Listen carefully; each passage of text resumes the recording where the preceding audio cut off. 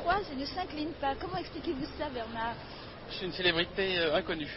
C'est vrai. Pourquoi? Parce qu'en fait, vous avez écrit, je sais pas, plus de 2000 pages au cours des 5 dernières années. Oh non, j'ai dû écrire bien plus que ça. J'ai dû écrire 10 000 ou 20 000. Il y en a que 2000 qui sont sortis. Est-ce qu'on se fait écraser ou on attend que c'est bon? Non, on y va. Historique, si on se fait écraser.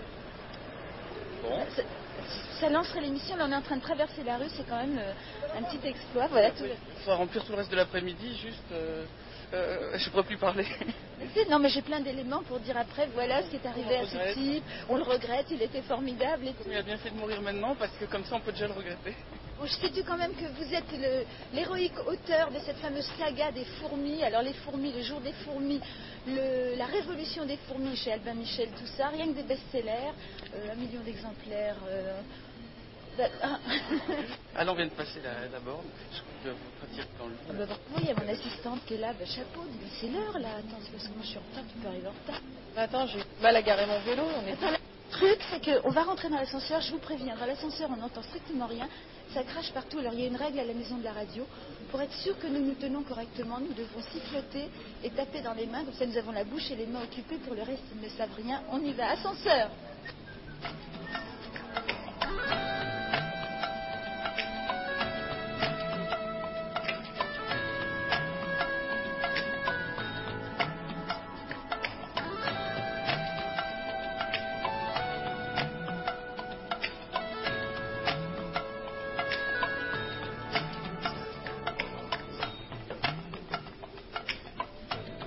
On est au 5e, c'est bon. Alors on est en roue libre avec vous et je vous ai demandé pour commencer de réfléchir à quelque chose que vous auriez envie de troquer avec mes auditeurs et mes auditrices bien aimées. Aïe aïe aïe, j'ai réfléchi. Alors, je suis prêt à troquer une vision de ma rue contre une vision du paradis. Oh, mais c'est vachement dur. Et comment ils vont faire alors? Qu'est-ce que vous attendez d'eux? Alors la vision de ma rue, c'est en fait mon premier tableau que j'ai fait en peignant depuis ma fenêtre. C'est pas le tableau, c'est matériel. Ils recevront l'œuvre signée. Voilà. Et, oui, tout à fait. Il n'est pas terrible, mais il a le mérite d'être le premier. Ouais. Et la vision du paradis, ça peut être un tableau où la personne représente la vision du paradis, peut-être une musique, je ne sais pas, je suis prêt à être surpris. Bon, donc, si vous voulez troquer un tableau, une vision du paradis, une vision de la rue où habite Bernard Werber, vous téléphonez. Salut Jacob. Comment ça va? Mais ça va, mais t'es pas en studio? Avec Monsieur Werber. Monsieur Werber, quel honneur. Enfin, quelqu'un qui le reconnaît, ça fait plaisir. Chantal, tu devrais pas être au bureau. C'est Chantal Le Montagnier, c'est l'assistante. Allez, vite. L'émission démarre, ils sont absolument pas en train de travailler. Donc, pour troquer, vous faites le 45 24 7000. Et puis, si vous avez des questions à poser à Werber, si vous avez envie de l'agresser, de lui dire des choses gentilles et tout, vous téléphonez. Une standardiste nous transmettra tout ça et on s'en servira. Je crois qu'on est arrivé au studio. Ah non, c'est pas le bon studio. Au galop, ça commence à faire lourd. D'habitude, je me perds tout le temps, là, je t'attends quand je suis là. Mais si vous n'êtes pas sympa, au retour, au départ, je vous perds. Vous me perdrez ici, donc c'est horrible. Je sais qu'il y en a qui tournent depuis des années dans les studios de France Inter, qui parfois meurent de faim. C'est horrible. C'est vrai, en plus. C'est normal, c'est tellement... Ah, je crois qu'on y arrive, là. Attention, on entre. Salut, Michel. Alors, c'est à cette heure-ci que t'arrives. Bravo, comme on me parle pour me donner le moral le jour d'une première. Michel Bedos, c'est la réalisatrice de l'émission. On rentre. Je pose mon micro HF, là c'est la séance de déshabillage. Vous avez remarqué Bernard qu'on se déshabille dans un sas. C'est une première l'utilisation d'une antenne là comme ça, tu ressembles à une martienne avec ça. Hein, ça y est, une tutoie, on se connaît à peine, une tutoie, bravo.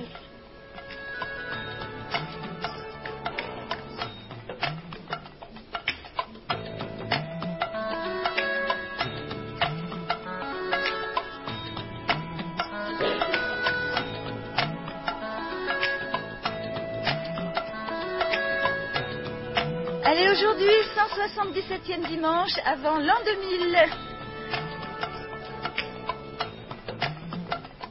Vous êtes en roue libre avec Bernard Werber.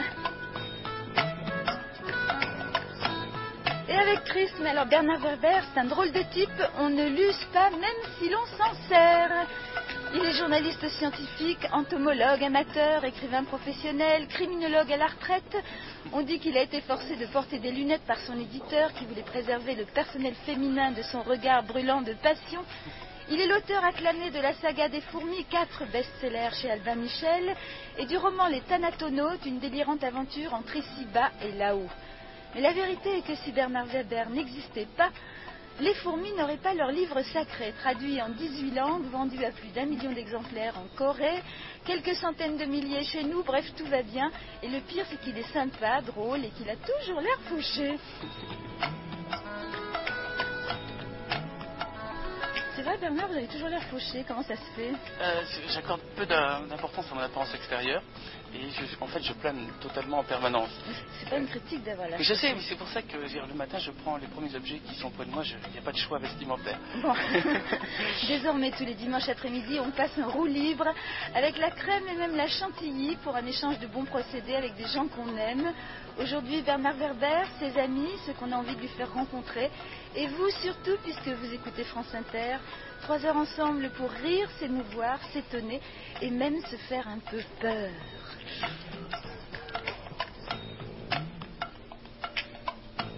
Allez, on se laisse aller, on se détend, respirez, ça picote un peu, mais ça fait pas mal.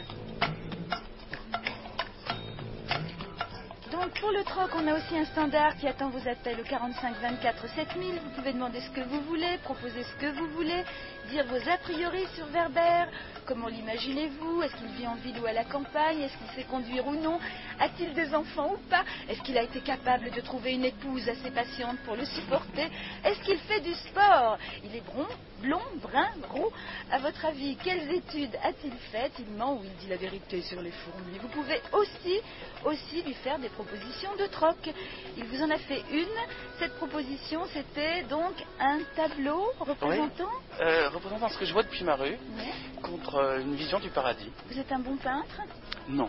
Non, sinon, de toute façon, je crois qu'on peut être bon que dans un seul art, on ne peut pas trop se disperser. Je pratique un peu tous les arts, je fais de la musique et tout, mais tout mal.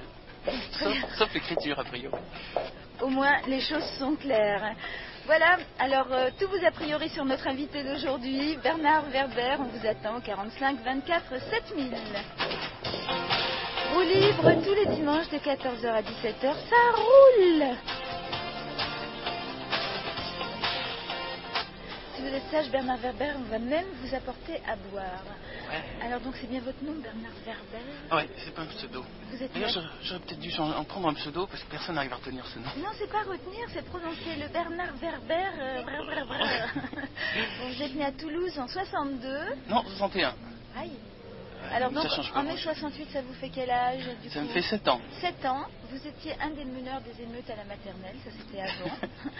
On a des témoignages absolument accablants sur vous. Vous prôniez la mixité et le libre accès au placard des 4 heures. Je le prône toujours. Et ensuite, vous avez été à la tête de la grève des petits pots. Oui, en effet. Vous vous rappelez de tout ça? Non, sérieusement, comme vous êtes un drôle de personnage et quand on lit vos livres, on a l'impression que vous n'obéissez absolument à aucun des cadres habituels, vous ne rentrez pas dans les schémas types. Vous étiez un enfant sage, vous étiez un enfant insupportable? J'étais un enfant solitaire surtout, c'est-à-dire que j'avais du mal à me mêler aux autres élèves et j'adorais très très vite écrire des histoires et lire. Je crois que ma première histoire, j'ai dû l'écrire à 8 ans. C'était l'histoire d'une puce qui visitait une personne. Il y avait déjà un besoin. Oui, j'avais envie d'une vision de l'inframonde, je dirais, un angle de petites choses sur les grandes choses. Et la deuxième histoire, c'était un château magique qui mangeait les gens. On s'apercevait qu'en fait, à la fin, c'était le château qui était vivant et que c'était les murs qui mangeaient les gens. J'avais 8 ans à peu près. C'était déjà des histoires qui prônaient la révolution sans violence ou c'était des histoires où on s'entretuait un point, c'est tout? Non, il n'y a pas du tout de violence. J'ai toujours... j'aime pas la violence. Non, j'aime pas la violence. Parce que c'était plutôt des rêves. En fait, je crois que c'est ce que je rêvais à l'époque. Et j'ai toujours accordé énormément d'importance à mes rêves. Parce que les rêves, c'est ce que je suis vraiment. C'est-à-dire, le monde extérieur peut m'influencer. Mais ce qu'il y a au moment où je rêve, c'est pur, c'est propre, c'est 100% copyright Bernard Werber. Il n'y a personne qui m'influence là-dessus. Ça se voit quand on vous lit. C'est agréable d'avoir quelque chose de vraiment authentique. Je crois que la seule authenticité de chacun, c'est nos rêves. Très bien. Qu'est-ce que vous auriez aimé à propos de rêve qu'on vous apprenne à l'école quand vous étiez petit, qui vous aurait été vraiment utile? Je crois que j'aurais aimé qu'on m'apprenne à dormir, précisément. C'est-à-dire, en fait, je vais être plus précis, à bien gérer mon sommeil de telle manière que j'ai besoin de peu de sommeil pour récupérer très vite. Pourquoi vous êtes dans ce domaine, vous êtes catastrophique, vous dormez 12 heures par nuit? J'ai besoin de 10 heures par nuit, mais il faut dire aussi que, comme je vous disais, j'adore rêver, et que quand je suis dans un rêve, c'est pas un réveil qui va me sortir de là, c'est comme si me sortait un film. Mais vous arrivez à rêver sur commande? Disons que j'arrive déjà à me souvenir de mes rêves le matin, mais ça c'est un travail, c'est une habitude à prendre, et ensuite j'arrive par moment à reprendre un rêve là où j'avais arrêté la veille. Mais ça aussi c'est une discipline qu'on suit. Et comment on fait? Il suffit de le vouloir. Il suffit de se dire, tiens, hier on relit la note de ce qu'on a vu le matin, puis hier j'ai rêvé de ça, donc le feuilleton s'était arrêté là, je le reprends là. Et en général ça marche. Mais il faut avoir envie déjà de gérer son sommeil, de ne pas le subir, et ensuite il faut avoir aussi envie de savoir que dans les rêves, on a une leçon, c'est-à-dire il y a un apprentissage, il y a quelqu'un, comme si quelqu'un voulait vous apprendre quelque chose, il faut apprendre à le décrypter. Je crois que le grand drame de nous tous, c'est qu'on n'arrive pas à comprendre nos rêves et comprendre toutes les leçons de sagesse qui vont dans nos rêves. Alors les leçons de sagesse des fourmis, on est obligé d'en parler, on ne peut pas parler de vous sans parler des fourmis, puisque vous êtes ce fameux auteur de best-seller. Comment on dit, j'arrive jamais à retenir le nom sur les fourmis, c'est les Myrmécéens. Myrmécéens. Mais en fait, je vous avoue quelque chose. C'est pour ma première. Hein. Non, j'ai inventé ce mot. Parce qu'une fourmi, c'est des Myrmécéus. Donc j'ai dit c'est l'univers myrmécéen parce que ça sonnait un peu. Mais on dit les myrmicologues. On dit les myrmicologues. Voilà. Comme thanatonaute, c'est un mot que j'ai inventé parce qu'il fallait un mot et qu'en fait il y a des moments où l'imagination des gens n'étant pas allée suffisamment largement, on n'a pas pensé à inventer un mot. Thanatonaute, ça veut dire qui voyage au pays des morts, et ce mot n'existait pas. Ah, ça c'est un autre livre, on ne manquera pas d'en parler parce que bizarrement il est moins connu que les fourmis, il est aussi extraordinaire d'ailleurs. Et alors les fourmis quand même, on va situer un petit peu ça, vous avez commencé vous avez eu un petit journal à l'école. Oui, vous avez fait une BD sur les fourmis, moi j'ai lu tous les articles. Vous pouvez sauter les chapitres qui vous ennuient. Hein. Non, à 16 ans j'avais monté un journal parce que je m'ennuyais beaucoup à l'école. Je disais d'ailleurs que j'étais solitaire, mais c'était aussi. J'ai tenté ce souvenir d'ennui. Mais pourquoi? Parce que vous apprenez pas des trucs qui vous intéressaient, pourtant vous aimez apprendre. J'avais très peu de professeurs qui arrivaient à me captiver. Ceux qui sont arrivés à me captiver m'ont complètement influencé. C'est-à-dire que vraiment, je dirais que c'était mes maîtres. Il y a dû y en avoir 2 en tout pour tout. Mais pour tous les autres cours, je crois que beaucoup de professeurs souhaitaient juste qu'on apprenne des choses par cœur. Et les examens servaient à vérifier si on avait retenu les phrases par cœur. Alors je n'ai pas du tout de mémoire, donc le système en soi ne me convenait pas du tout. En mathématiques, il fallait apprendre une formule par cœur. Moi, ce que j'arrivais à faire, c'est recomposer la formule depuis ses origines, mais je ne me rappelais pas les lois par cœur. Donc j'étais inadapté au système. C'est vrai que le système est fait pour que les cerveaux soient carrés. Moi, j'arrive avec un cerveau rond ou triangulaire. Ça ne convenait pas. J'étais vraiment mal. Et plus ça avançait, plus j'avais envie de quitter ce milieu. Et donc, l'une des voies de libération, ça m'a semblé de créer un journal, et plus précisément un journal avec des parfums, parce que je me disais, il faut un journal qui capte tous les sens. Donc, il y avait des bandes dessinées pour les yeux, il y avait le conseil d'une musique à écouter en même temps qu'on lit la bande dessinée. On l'a aussi dans la Révolution des fourmis, à la fin, il y a liste des musiques que vous aimez, et vous les avez mises pourquoi, dans quel chapitre, etc. C'est bien ça. C'est un peu baba d'ailleurs. J'étais étonnée qu'un aussi jeune homme que vous écoute des musiques que je pourrais écouter. Mais c'est un peu la culture baba. On va y revenir peut-être après, mais le truc c'est que je me suis dit que les parfums, il y avait une création, c'est-à-dire qu'on pouvait raconter une histoire avec un parfum. Donc j'ai pris des cours pour apprendre à fabriquer des parfums. Et j'ai essayé pour chaque histoire de fabriquer exactement le fond olfactif qui correspondait à l'histoire. Il faut savoir que le nez est notre premier sens, donc c'est-à-dire ce qu'on arrive à captivé par les narines est bien plus fort que ce qu'on pourrait avoir par les yeux ou par les oreilles. Sauf quand on fume. Oui, c'est pas mon cas. Donc, il y avait déjà une BD sur les fourmis là-dedans. Ah non, alors c'est assez compliqué. Je m'étais fait copain avec un dessinateur, on devait faire cette bande dessinée. Vous l'avez pas faite? J'ai fait le scénario et je l'ai étalé, et à la fin elle devait faire 1000 pages. Et mon collègue Fabrice Cogé est devenu prof de dessin par la suite, mais on n'a jamais fait cette bande dessinée. Je voudrais vous poser une question très sérieuse. Êtes-vous un doigt? Pour une fourmi, oui. Je crois qu'il y a un énorme problème avec les fourmis, c'est que nous pouvons les percevoir, mais elles ne peuvent pas nous percevoir. Donc j'ai essayé d'imaginer si j'étais une fourmi, comment je percevrais un humain, et en effet je percevrais de lui qu'un doigt. Mais c'est ça qui m'intéressait, changer de point de vue. Vous savez, tous les livres, tous les romans, même ceux de science-fiction, on a tout le temps le point de vue des humains sur les humains. Et quand on imagine des extraterrestres, ils nous ressemblent beaucoup, il y a tout le temps un roi extraterrestre. C'est très décevant d'ailleurs. Mais oui, il y a un manque d'imagination, je dirais, dans la littérature. Et je me suis dit, tiens, ça pourrait être intéressant de prendre un esprit non humain et de le respecter en tant qu'esprit fourmi. C'est-à-dire pas vouloir faire les fourmis qui sont comme des hommes, ou la reine des fourmis avec sa petite couronne et tout, mais les prendre telles qu'ils sont, ne pas vouloir faire l'anthropomorphisme, c'est-à-dire de les interpréter comme étant similaires à nous. Les fourmis sont différentes de nous, et c'est en ça qu'elles peuvent nous enseigner des choses. Par leur différence, on apprend de ce qui est différent de nous, pas de ce qui est similaire. Moi, je veux toujours vérifier si ce que vous dites est vrai, si vous baratinez sur les fourmis, parce que comme j'y connais rien, donc j'ai appelé quelqu'un pour savoir si vous disiez la vérité ou pas. On va le rappeler pour voir ce qu'il a à vous dire. On l'appelle ? Vous êtes en roue libre avec Bernard Werber, et vous avez raison, c'est beaucoup moins fatigant que de pédaler.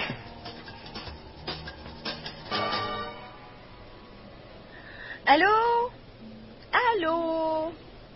Allô ? Oui, Rémi Chauvin, est-ce que vous m'entendez ?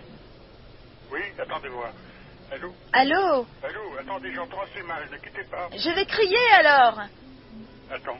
Est-ce que ça va mieux comme ça ? Ah, beaucoup mieux, oui. Bernard Werber, vous pouvez m'aider. J'ai à côté de moi Bernard Werber. Je voudrais savoir si ce type dit beaucoup de mensonges sur les fourmis ou si non. Eh bien, Bonjour. c'est comme l'histoire humaine. Elle est pleine de mensonges, mais c'est agréable. N'oubliez pas que je suis normand. Oui, vous connaissez depuis un moment ? Oui. Oui, oui, on s'est rencontrés, et c'est Et oui, vraiment... salut Werber, comment ça va ? Salut Rémi. J'ai remarqué que vous saviez des tas de choses. Par exemple, vous savez que les libellules peuvent aller à reculons, en volant. Ah oui. Il y a très peu de gens qui savent ça. Félicitations, vous avez eu des bons auteurs. J'ai aussi beaucoup réfléchi sur ce que vous m'avez raconté la dernière fois sur le cerveau des abeilles, qu'on montrait à une abeille un chemin, et puis on pouvait prendre un morceau de son cerveau et le mettre sur une autre abeille, et elle connaissait le chemin. C'est vrai, cette expérience que vous avez fait ? Attendez, j'ai pas compris votre question, là. Quelle est votre question ? Sur le cerveau des abeilles. Oui. Je crois que la dernière fois qu'on s'était vu, vous m'aviez raconté qu'on pouvait prendre un petit bout de cerveau d'une abeille qui connaît un chemin, on le mettait dans le cerveau d'une abeille qui ne connaissait pas le chemin, et celle-ci se mettait à connaître le chemin. Oui, oui, parfaitement. C'est formidable. C'est vrai, l'expérience a été faite, elle est sensationnelle, parce que chez les oiseaux, chez les abeilles et chez les insectes en général, on peut faire toutes les greffes qu'on veut. Elles sont acceptées toutes. Eh oui, la SPA ne protège pas. Oui, c'est Lindauer qui a fait cette expérience-là, qui est fantastique, évidemment. Ah oui. Alors, on n'est pas encore à transférer le cerveau d'un bonhomme dans un autre pour savoir s'il va avoir les mêmes pensées que l'autre. Hein. C'est pas encore tout à fait au point. vous m'avez dit que récemment, depuis quelque temps, on s'aperçoit que les fourmis se fédèrent. Ah oui, parfaitement. Ça, c'est extrêmement bizarre. À vrai dire, ça existe depuis un certain temps. Certainement, peut-être depuis 1 million d'années, si ça se trouve. Mais on s'en est aperçu que depuis une 50aine d'années. Et tout récemment, il y a eu des travaux sur 2 fédérations. L'une qui se trouve dans les Pyrénées espagnoles et l'autre qui se trouve près de Lausanne. Alors sur un espace près de Lausanne, sur un espace de, je sais pas moi, 4 ou 5 hectares, il y a probablement 300 à 400 millions de fourmis. Est-ce qu'elles sont parasites des autres espèces ? C'est-à-dire, est-ce qu'on voit le gibier baisser dans les zones où les fourmis se reproduisent en grande quantité ? Bon, écoutez, je ne sais pas, je ne peux pas répondre, mais on se demande, c'est une pure hypothèse, hein, on se demande si par hasard elle ne nous prépare pas quelque chose, c'est-à-dire si la sociabilité des fourmis n'est pas en train de franchir un stade supplémentaire, parce qu'elles se connaissent toutes, hein, et il y a des routes avec des échanges très actifs de larves, de nourriture, de matériaux de construction, et les routes sont reconstruites après un orage ou après l'hiver. Elles sont extrêmement agressives. Rémi Chauvin, est-ce que c'est de la folie furieuse de faire de l'anthropomorphisme quand on regarde les fourmis ? À mon humble avis, alors là je vais faire pleurer Werber. J'ai l'impression que non. Jusqu'à présent, il n'y a aucune communication possible entre nous et les fourmis. Mais, je vais en presser lui dire, et ça lui faire plaisir, qu'on a quand même établi une communication avec les guêpes.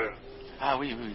C'est-à-dire on a fabriqué à Besançon une petite tête de guêpe, naturellement artificielle, avec des antennes qui s'agitaient. Ouais. Les guêpes sont venues auprès et ont communiqué avec le langage antennaire de l'abeille artificielle, de la guêpe artificielle. Et une expérience analogue a été faite chez les abeilles. Rémi, j'ai rencontré une équipe de gens qui à Marseille étaient en train de fabriquer des phéromones fourmis et qui étaient capables, me disait-il. Qu'est-ce que c'est les phéromones fourmis ? C'est donc le langage antennaire qu'émettent et reçoivent les fourmis, c'est des odeurs. Le langage antennaire est plutôt un langage tactile. C'est-à-dire que si vous prenez 2 bâtons, si vous en croisez 2 autres avec les 2 premiers bâtons, vous apercevez que suivant la place de la première paire de bâtons par rapport à la deuxième, vous pouvez faire un tas de signaux. Et un de mes anciens élèves, M. Montagnier, a déchiffré le signal « j'ai faim, je veux de la nourriture » Oui, et l'autre signal, je vais t'en donner ou je ne vais pas t'en donner maintenant, il y a déchiffré ça chez les guêpes. Ah oui, mais non, moi j'ai entendu dire que c'est pas un contact, mais ils arrivaient juste avec donc à reproduire la phéromone, c'est-à-dire l'odeur. Mais ça n'empêche pas, qui sait dire. C'est-à-dire qu'il y a les phéromones, oui, il y a un langage tactile, il y a oui, probablement des expressions visuelles, enfin il y a toutes sortes de mécanismes différents. Mais on sait dire suivez-moi et alerte. C'était les deux expressions qui m'ont dit qu'ils étaient capables de dire aux fourmis. Donc c'est les deux mots qu'on sait dire à cette espèce vivante. Alors, je n'ai pas compris le sens de votre question. est-ce qu'on sait déjà dire aux fourmis? Alerte et suivez-moi. Il semble que oui. Mais on n'a pas déchiffré le langage précis, mais il semble que oui. Bon, on est bien d'accord. Quand on analyse le langage antennaire, un langage tactile, hein, oui. Il y a une série de signaux au nombre de 180 qui sont possibles. C'est-à-dire qui rendraient, et théoriquement, des échanges de signaux aussi possibles qu'avec le Basic English, par exemple. Je crois que je vais vous recommander de vous revoir parce que vous avez certainement beaucoup de choses à vous dire. Il m'a écrit et on va se revoir. Encore une fois, Rémi Chauvin, est-ce que vous accepterez de venir passer 3 heures avec nous prochainement? Oh, pourquoi pas si on me le demande gentiment? Oh, mais vous savez, je vous parle toujours gentiment. Oh, naturellement, jusqu'à présent, tout au moins. Comment ça, jusqu'à présent, tout au moins? Venez passer 3 heures avec moi, vous verrez si je tiens 3 heures gentiment. À bientôt et merci beaucoup. À bientôt, merci. Oh, bouquin, je suis envahie par des fourmis. Je n'arrive pas à communiquer avec elles. Comment faire? C'est Jean-Jacques du Maine-et-Loire qui nous écrit ça. Vous voulez que je réponde là tout de suite? Je sais pas si vous avez une réponse, sinon vous pouvez réfléchir non, longuement. mais je reçois beaucoup de courriers de gens qui me disent oui, c'est bien gentil votre bouquin, mais on est envahi de fourmis. J'ai toujours la même réponse, il n'y a aucune raison pour que la maison appartienne, et ce qui est à l'intérieur appartienne aux humains plutôt qu'aux fourmis. Les fruits, par exemple, les pommes, c'est la nature qui les donne. La nature n'a pas décidé, on donne tout aux humains et rien aux insectes. Vous voulez dire que quand vous avez une fourmi dans votre maison... Elles ont autant de droits d'être là que nous. Ça doit être agréable de manger chez vous, ça doit être propre chez vous. Vous habitez dans un immeuble, 22e étage, etc. Non, un 6e, mais c'est vrai que les fourmis restent sur le balcon. Mais c'est un accord entre nous, vous savez. Elles savent que... elles risquent de gêner à l'intérieur, donc elles ne viennent pas. Vous pouvez communiquer alerte et je sais pas quoi. Alerte et suivez-moi. C'est une équipe de Marseille qui m'avait raconté ça, qui m'avait montré que ça marchait. Donc ça vous a collé le vertige quand vous vous êtes dit si on commence à pouvoir communiquer. Si on sait dire 2 phrases, pourquoi ne pas en dire plus? En fait, le problème, c'est que la plupart des gens qui travaillent sur le langage des fourmis sont financés par des boîtes d'insecticides et que ces recherches visent à les détruire en plus grande quantité, le plus rapidement possible. Suivez-moi et on les entraîne tous dans un précipice épouvantable. Alors Claude de Vesoul dit: j'allais couper la radio le jour des fourmis en main. Quand j'ai entendu votre nom, je vous écoute, je suis ravie. Vous êtes en train de perdre un lecteur puisqu'il vous écoute. C'est bien. J'aimerais savoir si M. Werber croit à ce qu'il écrit dans les Thanatonautes. Alors, les Thanatonautes, allons-y. Les Thanatonautes. Ce sont des explorateurs de l'au-delà. Oui, mais voilà, les Thanatonautes, ce sont des gens qui font des décorporations et partent au paradis et ils découvrent le paradis comme Christophe Colomb a découvert l'Amérique, c'est-à-dire qu'actuellement on connaît ce qu'il y a sous l'eau, ce qu'il y a dans le ciel, mais on ne sait pas ce qu'il y a au-delà de la mort. Et donc je me suis dit, c'est la prochaine frontière, le prochain enjeu pour nos petits-enfants, c'est découvrir qu'est-ce qu'il y a après la mort, mais non pas considérer ça avec tout le sacré, toute cette lourdeur mystique et toutes ces superstitions qu'il y a autour de la mort qui la rendent tabou de nos jours, on l'évacue de nos sociétés, mais aller le voir comme on irait visiter l'Australie.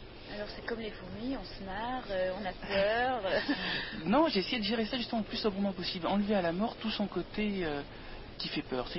D'ailleurs, j'ai une récompense fabuleuse. J'étais à Toulon et je disais, bon, en effet, je regrette qu'il y a un de mes livres qui n'a pas marché. Puis il y a une dame qui s'est levée qui m'a dit, vous savez, votre livre, il a eu un succès que vous ne savez pas, c'est que nous sommes dans le secteur d'accompagnement aux mourants. Et il y en a une qui s'est aperçue qu'en lisant votre livre, les gens avaient moins peur de mourir. Alors on se le donne comme truc et on donne à le lire ça à tous nos patients, on sait qu'ils vont partir.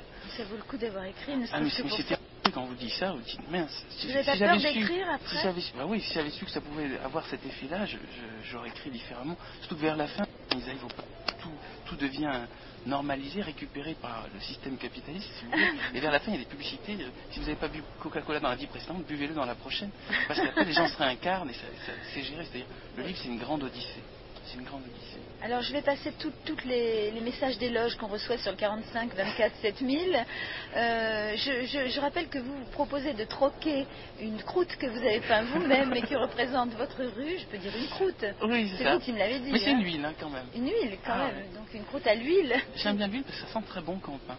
Qui représente votre rue contre une œuvre qui représenterait le paradis. Alors il y a déjà plusieurs propositions de vision du paradis. Je vous donnerai les numéros de téléphone. Puis à vous de vous débrouiller avec. Mais ça peut être aussi une œuvre musicale, voire odorante. J'y reviens. C'est-à-dire pour moi, toute œuvre artistique se vaut. Il n'y a pas un domaine privilégié.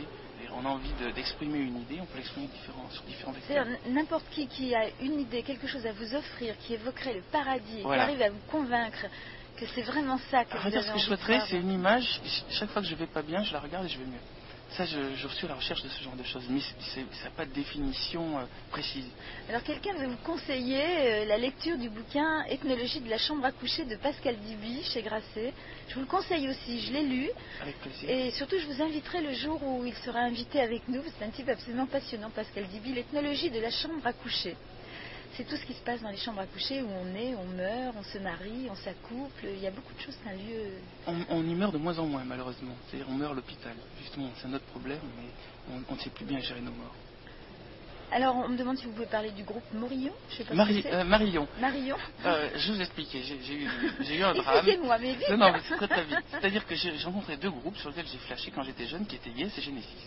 Et par la suite, tout ce que j'écoutais, je trouvais que ça n'arrivait pas à la cheville, ni de Yes, ni de Genesis. Et puis un jour, il y a un type qui m'a dit, écoute ça, écoute Marillon. Je me dis, c'est une juste prolongation du Genesis, mais du Genesis quand même des années 70. Parce que je trouve quand même que le groupe a beaucoup perdu. Enfin, c'est un peu, comment dire, c'est un peu affadi avec le succès. Et donc le groupe Marillon avait retrouvé, qui est un groupe écossais, avait retrouvé cette pêche. Je les ai vus sur scène et c'est vrai que c'est assez spectaculaire. C'est dommage qu'on l'ait pas, mais on essaiera d'écouter un autre jour. Il y a Caroline qui voudrait savoir pourquoi vous occupez des fourmis qui font absolument rien pour nous au lieu des abeilles qui font du miel. Et vous m'avez dit parmi les choses que vous aimez, vous m'avez dit le miel. Oui, le miel, et alors depuis 2 jours, la gelée royale. J'ai conversé. Vous savez, il y a des mets, merveilleux qui, justement, je recherche ça, c'est-à-dire des choses qui vous font du bien. Il me semble que la gelée royale, ça ne peut faire que du bien. Mais le miel, c'est déjà un produit merveilleux. Vous savez que dans le miel, tout est assimilé. C'est-à-dire quand vous prenez du miel, il n'y a rien. La plupart des aliments, on prend ce qui est bon et on repasse dans le transit, ce qui ne nous intéresse pas pour le corps. Mais dans le miel, tout est pris. Tout est pris parce que c'est comme de l'or, de l'or pour la santé. On n'élimine rien. Non, on n'élimine rien. C'est-à-dire que c'est un produit complètement pur. Il n'y a pas de déchets, et on est incapable de refabriquer du miel synthétique. C'est-à-dire qu'elles ont un savoir qui nous manque, celui de la fabrication du miel. C'est un savoir insecte. C'est pour ça qu'on a beaucoup de choses à prendre des insectes. Alors maintenant, il y a un truc auquel vous ne pouvez pas couper, c'est une chanson avec le mot fourmi dans la chanson et dans le titre. C'est obligatoire, on vous le fait à chaque fois. Mais celle-là, elle est franchement très belle. C'est Michel Jonas, Les fourmis rouges.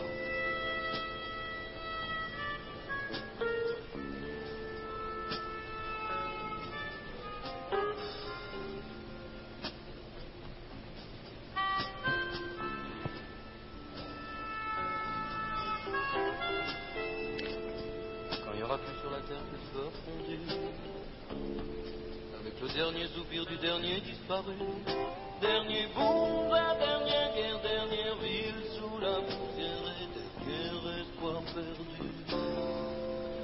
Ce chemin vert sous les arbustes est protégé par les premiers soupirs des tout premiers baisers. Premier monde, la première minute, un bonheur, premier sermon partagé. Tu te rappelles, on s'était couché sur un millier de fourmis rouges, qu'un de nous deux n'a bougé. Les fourmis rouges, est-ce que quelque chose a changé? Couchons-nous sur les fourmis rouges pour voir si l'amour est resté, et voir si l'un de nous deux bouge, couché sur les fourmis rouges.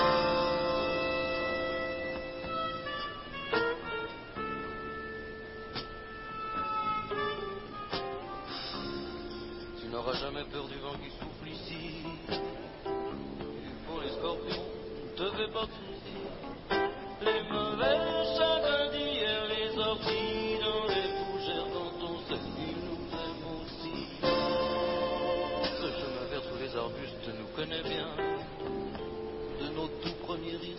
premier témoin, refuge de la dernière heure et dernière tâche de bonheur au premier signe du destin.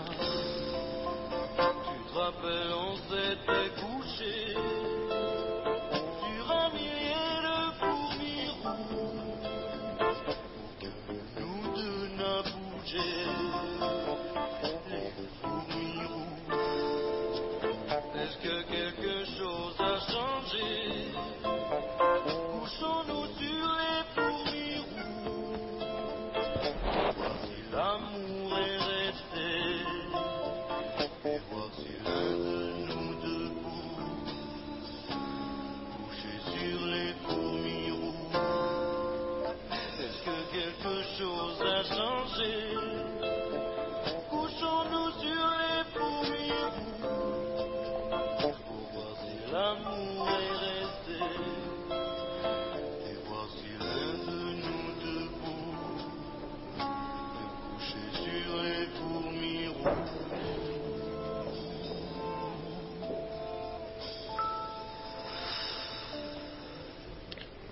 Bernard Werber, est-ce que vous savez que j'ai déjà été réincarné plusieurs fois? Je m'en doutais. Vous aussi? Oui. Vous me direz en qui? Ce que j'étais avant d'être... J'ai souvenir bizarre d'avoir été un renard. Mais je vais vous dire une chose, c'est pas que j'y crois ou j'y crois pas. Mais ça me plaît parce que tout le monde se souvient d'avoir été un roi, une reine, etc. Et vous, non, un renard, c'est mieux déjà. Ouais, non, c'était assez compliqué, c'est-à-dire que j'ai souvenir surtout d'avoir une colonne vertébrale très souple. Et c'est une sensation très étrange qu'on ne peut pas avoir juste en regardant un documentaire sur les renards. Je me rappelle quand je courais, la colonne vertébrale ondulait. Et ce souvenir est très précis et je ne peux pas l'expliquer scientifiquement. Mais je ne dis pas que je crois à la réincarnation, disons que c'est... En tout, je suis agnostique, c'est-à-dire que je ne sais pas, je ne dis pas ça existe pas ou ça existe, je dis je ne sais pas, donc je me renseigne. Donc je vais voir. Moi j'en sais long sur vous parce que dans une autre vie, moi je m'appelais Salomon. J'étais le roi Salomon soi-même, un homme de haut lignage, il me plaisait de m'adonner à la littérature, et j'avais pondu 3000 maximes et 1005 cantiques, 52 000 chevaux hennissés dans mes écuries, 1000 femmes venues des 4 coins du monde se plaisaient dans mon harem, aucune d'elles n'était retenue contre sa volonté, et chacune pouvait prier le Dieu de son choix et lui ériger un temple à côté du mien, tout simplement. Wow. À l'époque, Bernard Werber, vous étiez une reine, noire comme une fourmi, qui régnait quelque part entre Port-Soudan et Djibouti, et on vous appelait Bernard de Werber, reine de Saba. Ça me revient, oui, c'est vrai. Un jour, vous avez débarqué chez moi avec votre caravane. Vêtu d'une tunique transparente comme le ciel, vous avez fait fuir tous les rabbins qui passaient la journée au palais pour me demander des subventions pour leur SARL. J'étais assez content de vous voir, mais vous savez comment c'est avec les jolies femmes, si on montre qu'on est impressionné, elles vous prennent pour monsieur tout le monde. À tous les coups. J'ai donc fait mon indifférent et je vous ai proposé un cigare. Cher monsieur, m'avez-vous répondu, Bernard Werber de Saba, en reposant mon cigare, chez moi on est bio, on mâche du cat et on fume du mielat de fourmis afghane enfin. C'est vrai? Ouais, il manquerait plus que ça change, tiens. C'est ce que vous avez menti tout à l'heure parce que vous m'avez pris une cigarette. Oui, mais c'est parce que c'est des circonstances exceptionnelles. Bon, d'accord. Alors, on revient à quand vous étiez Bernard de Werber, reine de C'est Saba. un très bon souvenir d'ailleurs. Je vous remercie de me réévoquer. Et tout de suite après avoir refusé mon cigare, vous vous êtes débarrassé de votre tunique. Non mais ça va être horrible, hein, on est seul dans le studio. La nuit est tombée, vous étiez absolument superbe et je peux vous assurer que même les colonnes de Salomon ont tremblé. C'est pourquoi Bernard Werber de Saba, en hommage à vous, j'ai écrit mon cantique numéro 5006 que vous connaissez peut-être et qui s'appelle le Cantique des Cantiques.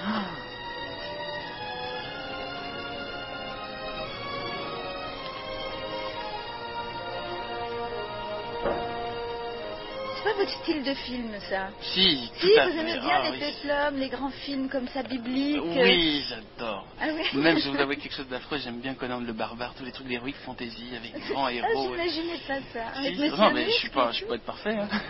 Non, pas disons pas Monsieur Mus, mais le côté grande musique philharmonique et des milliers de figurants qui ont l'air, qui essayent de jouer leur rôle. Je suis vachement impressionné par ça. Mon rêve, ce serait de faire ça en cinéma, d'être réalisateur et de pouvoir faire des images de rêve. On en revient encore à cette notion. On va parler d'amour. Dans la Révolution des fourmis, je n'ai pas compté exactement combien de pages, mais il en faut déjà plusieurs centaines avant d'arriver à l'orgasme. Toujours. Il faut toujours reproduire, c'est vrai, les cycles naturels de la vie. Donc il faut prendre son temps. Oui, mais ça va vite. J'ai quand même un grand souci quand j'écris, c'est que les gens ne puissent pas décrocher, que ce soit vraiment... C'est mon souci, à vrai dire, c'est mon obsession, c'est que les gens se disent, bon, bah là, ça rame un peu, je vais aller regarder ce qu'il y a à la télévision. Donc, déjà, le livre, par exemple, La Révolution des fourmis, c'est un livre qui faisait 1500 pages, que j'ai réduit à 500. Seulement 530. Et j'ai évacué, voilà, tout ce qui était inutile, tous les dialogues inutiles, toutes les descriptions qui ne servaient pas directement à l'action. Je crois que c'est une grande humilité qu'il faut avoir, tout écrivain, de ne rien mettre qui ne serve à rien. Vous voyez comment vous êtes en train d'éviter de parler d'amour là. Non, je veux bien. Mais c'est l'amour pour les lecteurs, je dirais. C'est-à-dire que, vous savez, il y a une rencontre entre un lecteur et le livre, et entre l'auteur et le livre. Oui, mais vous, quand vous êtes amoureux, vous êtes plutôt brillant, plutôt maladroit, vous cassez les verres ou vous êtes hyper sublime? Maladroit. Alors non, hyper maladroit, c'est quelque chose que... Vous savez, dans l'état de je dis qu'il y a une vie pour chaque chose. Là, c'est pas ma vie pour draguer. Non, je suis hyper maladroit. Et qu'est-ce que l'amour vous a appris? Ah, je crois qu'il y a encore à m'apprendre. C'est pas que du passé, c'est aussi du présent et du futur. Ça m'a appris à moins m'occuper de moi et donc à me sentir vachement mieux. C'est-à-dire que l'amour, c'est quand vous vous intéressez plus aux autres qu'à vous. Et ça, c'est vachement agréable. Parce qu'en fait, ce qui nous fait souffrir, c'est qu'on ne se préoccupe plus de soi. Et quand on s'intéresse à l'être qu'on aime, ou même, je dirais, à un ensemble de personnes, même, je veux dire, on peut aimer la nature, c'est une pulsion qui fait que vous sortez de vous-même. On revient à ce concept de décorporation tout à l'heure. Et c'est-à-dire que quand on aime vraiment, on n'est plus en soi, on se répand partout. J'aime bien cette idée de savoir qu'on n'est pas prisonnier d'un corps, on n'est pas dans ce gros sac de sang et de peau, et qu'il suffit de fermer les yeux. D'ailleurs, les auditeurs peuvent le faire maintenant, fermer les yeux, et on imagine que notre pensée est plus large que notre crâne, et comme un grand naperon se répand, et s'élargit, et couvre toute la ville, puis tout le pays, puis toute la planète, puis revient comme ça. Et ça sert à rien, mais c'est amusant. Moi, en vrai, ça me fait rire de savoir que l'esprit est si puissant, et que notre capacité d'émettre des choses positives et de recevoir les choses positives des autres est si facile à réaliser. Il y a un auditeur qui veut savoir si tout ce que vous dites est vrai dans vos livres. Ah, je vais vous répondre simplement, j'en sais rien. Je vous parlais tout à l'heure de l'amour. En fait, l'amour, c'est quelque chose que je connais mal, mais en fait, je connais tout mal. Ma première caractéristique est peut-être d'être ignorant ou agnostique, et c'est pour ça que j'essaie de me renseigner, c'est pour ça que j'accumule les informations, mais justement parce que j'ai conscience de mon niveau d'homme préhistorique. Mais je crois que je ne suis pas le seul. Je veux dire, je crois qu'actuellement, on est au début de l'humanité, et que le vrai humain, c'est celui que produira peut-être nos petits-enfants. Mais pour l'instant, on est encore dans une phase des cavernes. C'est un de vos grands arguments en faveur des fourmis, en disant qu'elles sont beaucoup plus anciennes que nous, qu'elles ont une expérience de la vie beaucoup plus longue. Voilà, elles sont sur Terre depuis 100 millions d'années, alors que nous sommes sur Terre depuis 3 millions d'années, et que nous faisons des villes que depuis 25 000 ans. C'est-à-dire vraiment, on est un jeune animal, et c'est ce qui explique qu'on fasse des guerres, autant de bêtises, autant de pollution, et autant de maladresse. Parce que, comme un enfant, on casse tous nos jouets pour essayer de comprendre à quoi ils servent. Et sur le plan érotique, est-ce que ça leur sert à quelque chose? Je suis têtue, moi. Vous voulez que je vous parle d'érotisme? L'érotisme des fourmis, est-ce que ça vous a appris quelque chose? Est-ce que ça vous a inspiré? Est-ce que vous avez fait des tentatives érotiques personnelles différentes? Description de l'érotisme des fourmis, ça va être plus facile. Chez les fourmis, c'est fantastique. Parce que nous, on fait l'amour en 2 dimensions, le plus souvent dans un lit. Et les fourmis font l'amour en 3 dimensions. C'est-à-dire que juste avant l'orage, elles s'envolent. Et il y a une femelle qui vole en premier, puis il y a une dizaine de mâles qui vont les uns après les autres s'accrocher à elle, et elle va devenir ivre d'amour, et elle va se remplir de spermatozoïdes, et elle va planer, mais elle va vraiment planer. Vous savez, des fois on reçoit des mouches sur le visage, on se dit tiens, c'est des mouches débiles qui savent pas voler. Non, en fait, c'est souvent les reines fourmis qui sont ivres d'amour et qui savent plus contrôler leur vol. Donc c'est extrêmement dangereux. Oui, la vie est dangereuse, mais ce qu'il y a, c'est que oui, sur 2000 reines qui vont s'envoler, il y en aura deux qui vont survivre. Mais ce qu'il y a, c'est qu'elles vont connaître des orgasmes tellement forts qu'elles vont être ivres, et les mâles vont connaître des orgasmes tellement forts qu'ils vont mourir. Leur cœur va s'arrêter, et chez certaines espèces, ils éclatent. Ils éclatent réellement, leur corps part en morceaux. Bon, alors ça fait un one shot, c'est un seul coup, mais alors c'est un coup extraordinaire. Donc vous vous inspirez pas trop de ça dans votre vie personnelle, j'espère. Non, ma vie est d'une simplicité, d'une banalité qui fait son charme d'ailleurs, mais je ne recherche pas à avoir une vie extraordinaire. L'extraordinaire, je l'ai dans mes romans, je l'ai dans les mondes imaginaires que j'ai dans ma tête, donc j'ai pas besoin de sauter du haut des falaises avec un élastique, ni de partir dans la jungle pour avoir des sensations fortes. Il suffit que je me mette devant mon ordinateur, que je mette une musique de film un peu comme celle qu'on écoutait tout à l'heure, et je suis vraiment parti, j'ai plus conscience même du temps. C'est-à-dire, c'est même plus moi qui écris, je suis comme au cinéma, je suis le premier spectateur de ce que j'écris. Et c'est vraiment très très agréable. À la limite de la perversion. C'est vrai. Prendre autant de plaisir à écrire, c'est pas complètement naturel. Vous savez que je vous envie un petit peu. J'ai peut-être, on parle de la réincarnation, j'ai peut-être attendu beaucoup de vies avant d'arriver à celle-ci où je peux écrire et être publié. C'est peut-être ma meilleure vie, et donc j'essaie d'en profiter aussi. Roue libre avec Bernard Werber.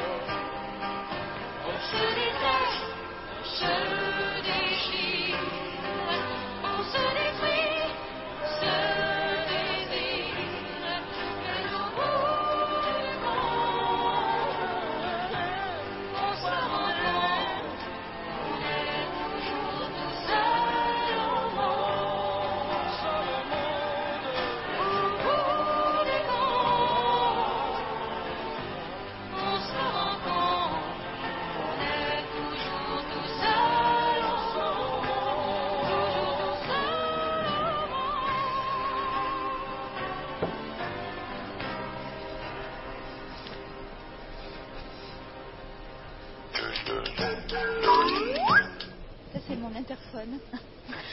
Il est bien, on a toujours des interphones qui ont un bruit épouvantable. Celui-là, il est bien. Non? Parfait. Je sens que vous êtes poli aussi. Et au bout de l'interphone, il y a mon garde suisse, c'est Jacob. Allô, Jacob? Oui. Bon, alors, où te trouves-tu en ce moment? Devant la porte des ascenseurs, j'entends un bruit, elle s'ouvre et voilà, ils apparaissent deux magnifiques invités. Alors, je te les décris. Oui. L'un est un monsieur rouquin, pour être Néron, mais il a l'air beaucoup plus intelligent. Wow. Il a un visage ouvert, il a une magnifique chemise noire et un petit sac en Kevlar qui doit contenir des dossiers, etc. Il pourrait être un moniteur de parachute, parce qu'il est quand même costaud, ou alors un professeur de zen.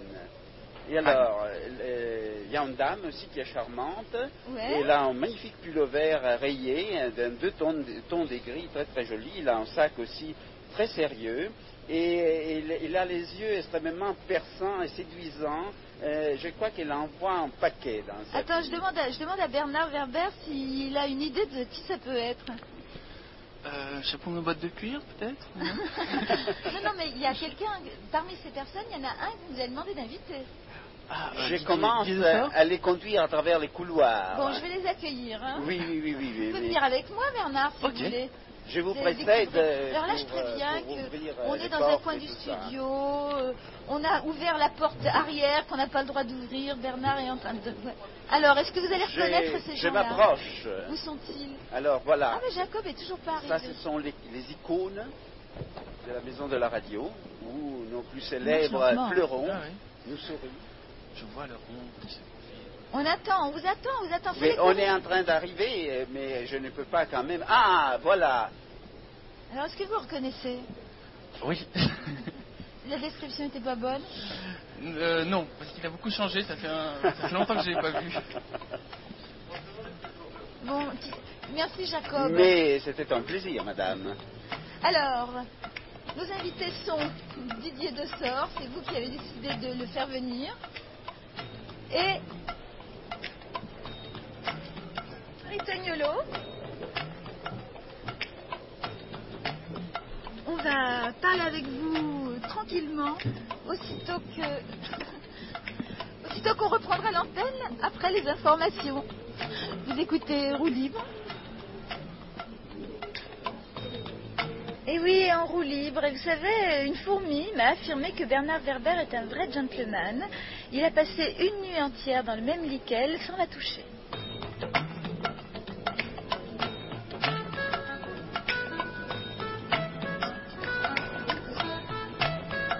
Roue libre avec Bernard Werber, deuxième heure.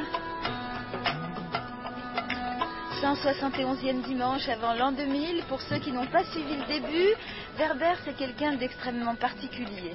Criminologue, entomologue, éthologue, philosophe, passionné d'histoire des religions, journaliste et pour finir, auteur de best-seller aux éditions Albin Michel. Best-seller est un mot anglais qui signifie meilleure vente, mais il n'y a pas de meilleure vente sans meilleur plaisir des lecteurs. Si vous ne l'avez pas encore découvert, vous êtes fichu. Vous allez plonger dedans et tant pis pour vos rendez-vous. La saga des fourmis, 3 volets, les fourmis, 2 jours des fourmis, la révolution des fourmis, paru récemment chez Albin Michel. Sans oublier le livre secret des fourmis, encyclopédie du savoir relatif et absolu du professeur Edmond Vell. Et en 1994, les Thanatonautes voyagent dans l'au-delà. Tout ça, ça fait très très peur. Bernard Werber aussi est prêt à troquer avec vous une peinture qu'il a peint lui-même de ses petits doigts gracieux. Très moche. Il dit lui-même qu'elle est très moche, mais enfin c'est quand même son œuvre, elle est signée, qui représente sa rue, qui n'est pas une rue extraordinaire non plus. Non, et en plus c'est un premier essai, je ne comprenais pas du tout la peinture à lui. Et en échange, il aimerait avoir une vision du paradis, alors sous la forme que vous souhaitez, comme vous voulez. Et si vous avez des propositions à lui faire, c'est 45 24 7000. Toutes ces propositions lui sont remises et après, à lui de se débrouiller pour vous rappeler. Nous acheminerons l'œuvre de Bernard Werber et nous nous chargerons d'acheminer la vôtre s'il le faut. Voilà. Vous pouvez aussi écrire tous vos a priori sur lui, contre lui, le mal que vous pensez, c'est l'occasion ou jamais. On le lui répétera. Vous écoutez Roue Libre. Beaucoup de gens croient même que la souris est la femelle virale. Non, mais non. Donc ça crée une société, une mini-société. Voilà, ça, alors ils se sont très bien adaptés, bien sûr. Hein. Et puis, chaque jour, on leur donnait à manger des kilos de nourriture. Ils se sont produits d'une façon invraisemblable. Ils se sont dit, c'est super ici, mais ils ne savaient pas où ils allaient. Et puis, finalement, on a compliqué un petit peu le milieu, jusqu'au jour où on a récupéré, c'est souvent comme ça, c'est des hasards, hein, bien sûr. On a récupéré un vieil aquarium qui devait faire à peu près 3 mètres de longueur. Je ne sais même plus d'où sortait cet aquarium. Et on a mis la nourriture à l'extrémité de l'aquarium. Et puis de jour en jour, on a un peu monté le niveau de l'eau et on a retiré tout le reste de la nourriture dans la cage naturellement. Ce qui fait que les rats ont dû déjà trouver la nouvelle source de nourriture, trouver le chemin. Parce que le rat est un animal quand même assez prudent. En général, il n'aime pas trop foncer tête baissée dans un endroit qu'il ne connaît pas.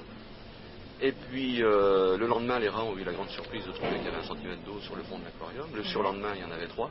Et puis jusqu'au jour où l'eau, il fallait nager, il fallait plonger. plonger. Donc il fallait qu'il plonge pour aller chercher la nourriture. C'était Noé. Entendons-nous, entendons-nous quand même, le rat est un animal qui est pratiquement aquatique. Hein. C'est un animal dans la nature qui vit dans des terriers qui ont une ouverture sous l'eau.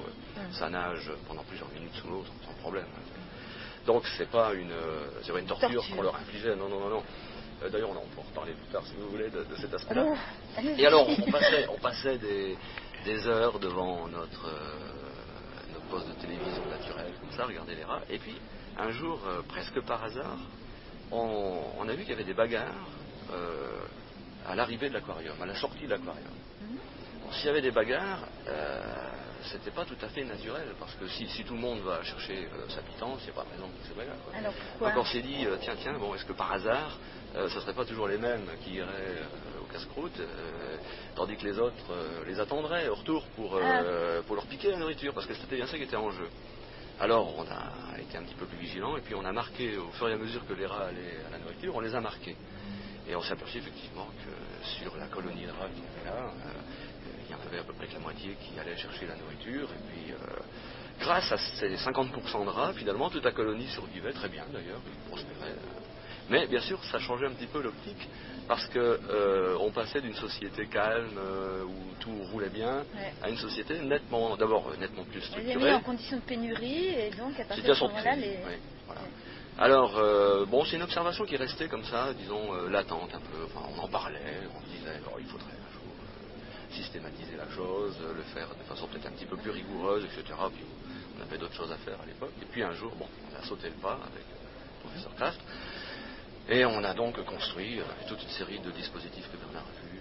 Des petits villages de rats où apparaissaient en effet deux exploitants. Mais il y a aussi donc cette notion du souffre-douleur et de l'autonomie. Alors ça c'est, Et c'est d'ailleurs en regardant son expérience que j'ai compris ma place dans la société. Ce que je veux être, c'est autonome. C'est-à-dire, je vais moi-même chercher ma nourriture, je la file pas à des exploitants qui me piquent tout, et je la mange pour moi. C'est-à-dire, il y a un moment où il faut se définir comme sortant du système dominant-dominé, parce qu'en plus, ce qui est fantastique dans l'expérience de Didier Dessort, c'est qu'il a fini par ils ont ouvert le cerveau de tous les rats, et ils sont aperçus que les plus stressés, c'était les exploitants, parce qu'ils avaient peur un jour de perdre leur place. Et ça, c'est très moral. Et qu'ils n'étaient pas capables d'aller nager eux-mêmes.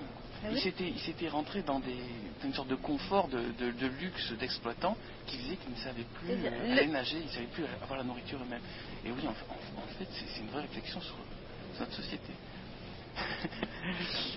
On vous fait entendre quelque chose à ce sujet, que vous avez demandé à entendre d'ailleurs, un homme que vous aimez, je crois, et que vous avez souhaité entendre, concernant ce que vous racontez sur les exploitants, les exploités, et tout ça. Les dominants, les dominés. Oui. Dans cette troisième situation, le rat ne peut pas fuir. Il va donc recevoir toutes les punitions, mais il sera en face d'un autre rat qui lui servira d'adversaire. Et dans ce cas, il va lutter. Cette lutte est absolument inefficace. Elle ne lui permet pas d'éviter la punition, mais il agit. Un système nerveux, ça ne sert qu'à agir. Ce rat ne fera aucun accident pathologique. Il va être en très bon état, et pourtant, il aura subi toutes les punitions. Or, chez l'homme, les lois sociales interdisent généralement cette violence défensive. L'ouvrier qui voit tous les jours son chef de chantier dont la tête ne lui revient pas, il ne peut pas lui casser la figure parce qu'on lui enverrait les agents. Et puis il faut bien qu'il y ait un chef. Il ne peut pas fuir parce qu'il serait au chômage. Et tous les jours de la semaine, toutes les semaines du mois, tous les mois de l'année, tous les années, quelquefois qui se succèdent, il est en inhibition de l'action. L'homme a plusieurs façons de lutter contre cette inhibition de l'action. Il peut le faire par l'agressivité. L'agressivité n'est jamais gratuite. Elle est toujours en réponse à une inhibition de l'action. On débouche sur une explosion agressive qui est rarement rentable. C'est rarement rentable. Bah oui, si ça s'appelait avec Laborie, c'est qu'il a posé en fait les 3 choix. Donc c'est Henri Laborie. Henri Laborie, il a posé les 3 choix. Et c'est le film de René, qui est une merveille, mon oncle d'Amérique. Et il a posé les 3 choix fondamentaux que nous avons tous dans notre vie, c'est combattre, mais on finit toujours par trouver plus fort que soi. Inhiber, c'est-à-dire on dit rien, on s'écrase devant le problème, mais on finit par avoir une ulcère d'estomac et on vit sur les médicaments. Et enfin, le 3e choix, c'est fuir. Et il a écrit un livre, d'ailleurs, qui s'appelle L'Oge de la fuite, que je conseille de lire, et qui vous ferez une explique... petite liste avec quelques livres que vous nous conseillez de lire, L'Oge de la après fuite, vous n'aurez pas le temps. c'est vraiment une merveille. Et dans L'Oge de la fuite, il dit, en fait, les fuites, il y a 1000 fuites, c'est pas seulement fuir physiquement, c'est fuir justement dans l'art, c'est fuir, bon, il y en a qui fuient, qui saoulent la gueule aussi, ça c'est les mauvaises manières de fuir, oui, c'est aussi voyager, c'est aussi, comment dire, ne pas rester en prise avec le problème, bouger. Déjà, tout commence à arranger et la société fonctionne mieux. Et de nos jours, vu que l'inhibition et le combat sont 2 mauvaises voies, peu à peu, on va ce qu'on appelle la société de loisirs, mais je l'appelle de tous mes voeux, on va vivre dans un état de lieu d'évasion, on va vivre dans des mondes d'imagination, mais c'est pas forcément des fuites non créatives. C'est un petit peu optimiste, non ? Sur l'humanité, oui, je pense que tout ne peut faire qu'aller mieux, mais le problème c'est qu'avant le moment où ça va aller mieux, on risque d'avoir des périodes très très dures. C'est-à-dire que nous aussi, comme le rat de l'expérience, on apprend par les décharges électriques. Alors il faut savoir que je crois qu'on a encore beaucoup de décharges électriques avant de comprendre la voie, je dirais ce que j'appelle dans mon livre la voie de moindre violence, c'est-à-dire le moment où on s'entend le mieux avec les autres sans avoir besoin ni de recevoir des coups, ni d'en donner. Anne-Marie Tognolot, vous êtes psychologue dans un laboratoire de psychologie, donc vous faites des études qui pourraient s'assimiler à celles qu'on fait sur les rats, mais sur les humains. C'est très délicat ça. Oui, c'est délicat. Alors, mais il faut quand même reconnaître que ce que je fais actuellement s'inspire directement de l'histoire des rats que Didier vient nous raconter. Hein. Simplement, là, moi je travaille par analogie, donc il ne s'agit pas de faire plonger et nager des individus dans un milieu bien physique. Ça leur ferait du bien. Mais l'histoire est conçue de telle sorte qu'on leur demande un petit effort pour obtenir quelque chose. Donc un effort physique pour obtenir quelque chose. Un effort physique, une épreuve. C'est qui vos cobayes ? Des sujets issus de l'université, c'est-à-dire les sujets par excellence. Oui, des volontaires et des étudiants en général, c'est là qu'on va les puiser. À qui on propose de gagner 3 sous Non, alors la motivation est complètement gratuite, elle est ludique. Hein, on leur demande on les informe quand même, contrairement peut-être aux rats. On leur passe. Ils ne sont pas volontaires. On essaie de leur faire passer, on est bien obligé de leur faire passer un morceau de consigne. On les met en situation et on leur explique ce qu'on attend d'eux, à savoir gagner une certaine quantité de points. Mais donc, sans leur dire ce qu'on attend ou les hypothèses qu'on fait sur ce qui se passera. Ça, ils ne le savent pas. Donc concrètement, qu'est-ce qui se passe ? Alors concrètement... Mettons, il y a Bernard Werber et moi, on est là, qu'est-ce que vous allez nous demander ? Alors d'abord, vous n'êtes pas suffisant parce que... allez, on est plus. Si on travaille, pour essayer si on essaie de reproduire un petit peu par analogie ce qui se passe chez les rats, il nous faut un peu plus d'individus. Hein. Allons-y, alors on est 200 dans une cage. Non, c'est trop. Il faut justement, beaucoup de choses tiennent à ça, on est 5 ou 6. Bon, voilà. Et on vous enferme dans une salle. Comme ceux dans l'autre côté de la vitre. Voilà, un peu plus grande la salle.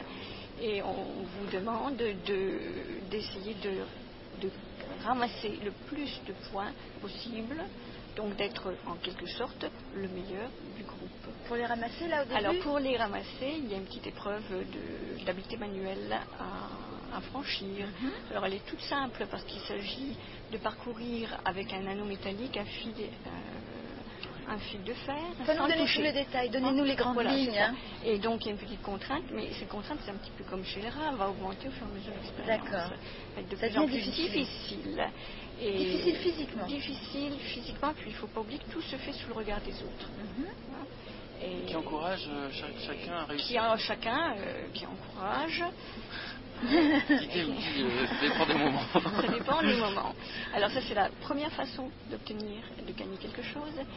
Et il y a une autre façon qui est possible, c'est qu'au lieu d'aller chercher ces points là directement là où il faut, dans la réserve, eh bien on peut les voler, À quelqu'un qui a été les quelqu'un chercher. qui est allé les chercher. D'accord. Voilà. Donc plus on fait l'hypothèse que plus la contrainte est forte, eh bien, en tout cas pour certains individus, il sera plus facile d'aller voler les points que d'aller les chercher soi-même. On en revient à Conan le barbare, en fait, ils sont dans une cage, il y a 200 types avec des haches et puis ils s'entretuent pour avoir Vous aimez bien ce genre de film. Voilà, peut-être un scénario à créer. Alors la motivation, elle est peut-être beaucoup, enfin, évidemment, elle est beaucoup moins vitale que chez l'animal. Et ce qu'on constate, c'est quand on interroge les gens à la fin de l'expérience, eh bien, tous nous disent qu'ils ont vécu quand même un moment très fort. C'est-à-dire que même pour un jeu, même pour une expérience, ils ont volé. Et voilà, ici, oui, c'est dans ça. de fortes proportions. Il y a une forte proportion, disons que ça se répartit bien, et surtout les gens se découvrent. Ils s'aperçoivent qu'ils sont capables tout d'un coup d'être parfaitement... Et les autres les découvrent, parce qu'en quelquefois, ils se connaissent avant d'arriver à l'expérience, et ils se découvrent. Bon, ben voilà le type d'expérience qui vous amuse, vous qui aimez l'humanité, qui êtes un optimiste. Non, ça m'amuse pas. Ça vous amuse pas. Non, je me trouve intéressant. Mais vos livres sont bourrés de trucs horribles comme ça. C'est vrai que j'ai parlé notamment de l'expérience de Didier dans le deuxième roman. Mais non, ce qui m'intéresse, c'est de réfléchir sur l'humanité, nous en tant que troupeau, réfléchir où on va, d'où on vient. Mais c'est une réflexion, je crois que n'importe qui peut s'autoriser de penser à toute son espèce globalement et se dire, bon, on en est où au juste là maintenant? Parce que quand on regarde les informations, on n'a que les mauvaises nouvelles. On sait ce qui ne va pas. On ne sait pas ce qui va. Et ensuite, on ne sait pas remettre tout ça dans le contexte. Sans parler, je pense que l'information, on a 10% de ce qui se passe vraiment, parce que les vraies infos nous sont cachées. Parce que les dirigeants... Non, mais c'est logique, c'est parce que sinon, on est comme un troupeau. Imaginez si un troupeau de vaches, on leur signalait, écoutez les copines, je ne veux pas vous affoler, mais ça se peut qu'on aille à l'abattoir, il y aura une certaine panique. Donc il vaut mieux que certaines infos ne transitent pas, et c'est très bien pour... Mais nous, n'importe quelle vache peut se demander, au juste, pourquoi on est là, pourquoi on est tous ensemble, pourquoi le foin tombe tous les matins, et qu'est-ce que c'est au juste cette petite maison là-bas qui fume, et d'où sort des camions qui écrit charcuterie et viande. On peut se poser des questions. Et je crois qu'on est tellement tous dans nos problèmes personnels qu'on oublie ce pouvoir qu'on a de penser notre espèce, de nous resituer en tant qu'animal au milieu d'autres animaux, d'animal au milieu de la nature, d'animal au milieu du cosmos. Mais on est un animal très intelligent, nous. J'en suis pas sûr. Je crois que justement, l'intelligence, c'est ressembler à un être humain. On se redéfinit nous-mêmes comme par exemple, ce qu'on demande à un animal, on se dit est-ce qu'il est intelligent, c'est quand il s'est fumé ou quand il s'est mimé nos comportements. En fait, c'est la problématique de la révolution des fourmis, c'est qu'une fourmi, elle dit attendez, mais peut-être que c'est vous qui êtes stupides, c'est nous qui sommes intelligentes. Et ils essaient de redéfinir l'intelligence, et ils s'aperçoivent que ces trois notions, l'imagination, la mémoire et l'imagination...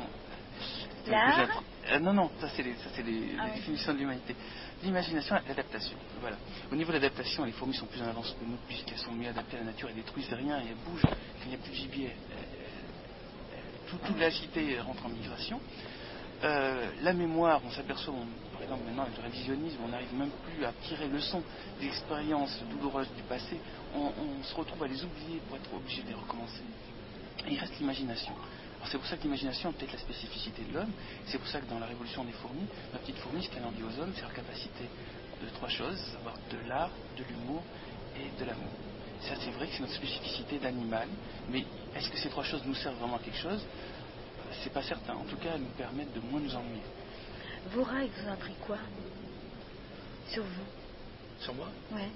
Parce que je redoutais, exactement ce que je redoutais. À savoir que je ne sais pas qui ressemble le plus à l'homme, si c'est le rat qui ressemble le plus à l'homme ou l'homme qui ressemble le plus au rat. J'aurais tendance pratiquement à dire que c'est l'homme qui ressemble au rat, parce que le rat était quand même sur Terre bien longtemps après les fourmis, certes, mais également quand même bien longtemps avant l'homme, puisque ça doit faire 30 millions d'années que le rat est sur Terre à peu près, et puis nous, ça fait 2, 3, disons dans le meilleur des cas, 1 million d'années. Ce qui est fascinant chez le rat, mais je sais que la Bernard ne sera pas d'accord parce que... Bon, comme ça, vous pourrez vous gifler, ça va mettre de l'animation au débat, moi j'aime. Chacun qui travaille sur un animal est persuadé que c'est son animal qui est le meilleur et le plus beau. Enfin bon, moi j'ai toujours été fasciné. Je ne travaille que sur moi. Ouais, c'est déjà pas mal. Moi j'ai toujours été fasciné par cet animal. Alors ça paraît curieux. Moi je crois qu'on n'est pas contradictoire, je crois juste que l'homme justement est en équilibre, je dirais, entre les fourmis et les rats. Les rats c'est ce qu'il y a de plus sauvage, de plus barbare, de plus... Parce que chez les rats, d'une certaine manière, les faibles sont éliminés. Tandis que chez les fourmis qui n'arrêtent pas de s'entretuer, tout va bien. Chez les fourmis, c'est presque un idéal de solidarité, c'est-à-dire que c'est pas les plus costauds qui sont sauvés, c'est ceux qui pourront aider globalement la cité, et il n'y a pas de hiérarchie d'importance des individus. La reine est indispensable pour pondre, mais il n'y a pas de pouvoir politique. Et ça vous il n'y a plaît pas Vous avez envie de ça? Non, mais je crois qu'en tout cas, il y a un avantage de la société fourmi sur la société humaine, c'est que quand un individu a envie d'émettre une idée, il suffit qu'il dresse ses antennes et tout le monde l'entend, alors que dans notre société humaine, c'est très difficile d'émettre des idées, surtout si elles sont originales, ou elles sont automatiquement bloquées par l'ensemble de la société, qui, elle, considère que toute idée originale est une remise en question, et donc peut être dangereux pour ces structures de fond. Or, la société a tout le temps besoin d'être mise en question, c'est ça sa force. C'est pas de se bloquer sur ces points, sur des rigidités. Et je crois que là, actuellement, on est dans un monde très rigide, avec des castes qui bloquent tout, ce qui fait que on se fait peu à peu tout le système pourri. Allez, je vous mets un dernier petit coup de Laborite et puis on écoute une chanson quand même. Hein. Parce que Laborite, vraiment, finalement, c'est ce que vous aviez vraiment envie d'entendre. On commence à comprendre par quel mécanisme, pourquoi, comment, à travers l'histoire et dans le présent, se sont établies les échelles hiérarchiques de dominance. Pour aller sur la Lune, on a besoin de connaître les lois de la gravitation.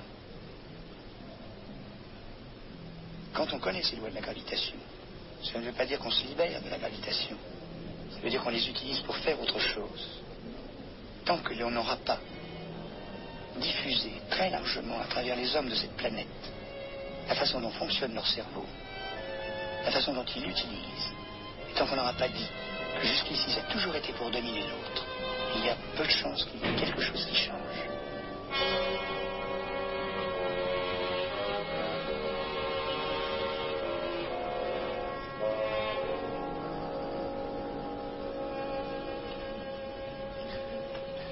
Oui, je voudrais réagir par rapport à ça, c'est que la rencontre, ce problème de dominance, c'est aussi un problème de l'homme par rapport à tout le reste de la vie. C'est-à-dire que si actuellement des extraterrestres débarquaient, on ne serait pas prêt de les recevoir. Heureusement que Roswell, c'était, je dirais, une arnaque, parce que dès qu'il y a quelque chose de nouveau, on essaie de voir si nous sommes les plus forts. Et si nous sommes les plus forts, on lui casse la gueule. C'est ce qui s'est passé, je dirais, lorsque Christophe Colomb a découvert l'Amérique. On est arrivé, on a découvert une civilisation.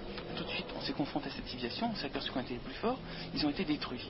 Je crois que l'idée des fourmis de Massaga, c'était de montrer, regardez, si on arrive une fois à prendre quelque chose qui est d'anodin, qui est complètement inintéressant, comme les fourmis, et à nous adresser à elles comme si c'était des êtres à part entière, à égalité, et si vous imaginez que ces Lilliputiens dont vous avez tous écrasé des millions d'individus, sont des frères de la Terre, si je puis dire, alors à ce moment-là, vous aurez un esprit complètement ouvert, et vous serez prêt à accueillir des extraterrestres quand ils voudront venir.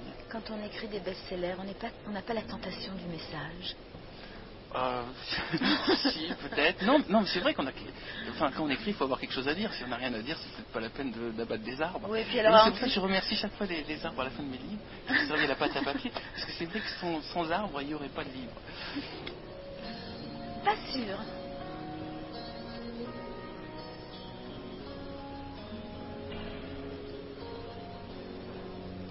C'est dommage qu'on mette les livres dans le secteur juste enfant. C'est facile. En France, on a l'habitude de mettre des étiquettes comme ça.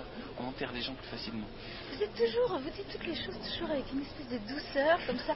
Quand est-ce que vous foutez en pétard pour de vrai? J'ai un problème, je me mets rarement en colère. Ça va être horrible. Ouais, c'est le modèle qui est comme ça. Et je vis dedans, je pilote le Bernard Werber, donc je me mets rarement. D'ailleurs, je m'en vais quand il y a un problème. Oui, c'est ce que je disais tout à l'heure. Combattre, inhiber ou fuir, moi j'ai choisi de fuir. Puis vous imaginez sérieusement, on écoute un bruit, écoutez bien. http://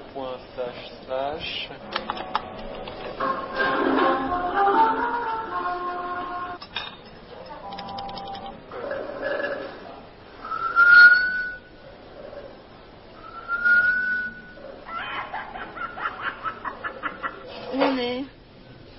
On est dans le monde informatique, là, visiblement. Ah voilà, on était dans un cybercafé, Caroline Cartier est allée faire enregistrer quelques bruits là-bas. Et parmi les invités que vous avez souhaité recevoir aujourd'hui, il y avait aussi une femme, Jacob, description. Ah, alors, c'est la Vénère di Botticelli, mais habillée comme une martienne, avec des couleurs insectes, c'est-à-dire elle a une veste rose, mais avec des trucs bleus, etc., puis elle est blonde, et elle a aussi un sac, on dirait je ne sais pas, un squelette d'insectes albinos. C'est très impressionnant, cet alliage de beauté et des choses martiennes. Bon, vous venez de la voir apparaître, là, c'est qui? C'est Chine Lanzmann qui fait l'émission Cyberculture sur Canal+. C'est pour ça que vous vouliez réserver Internet pour un peu plus tard. C'est la passionnariat de l'informatique. C'est l'égérie, elle arrive, voilà. Elle arrive. Roue libre, cyberespace et utopie avec Bernard Werber, Chine Lanzmann et quelques autres à découvrir. Respirer, ça picote un peu mais ça fait pas mal. 171e dimanche avant l'an 2000. Qu'en ferons-nous?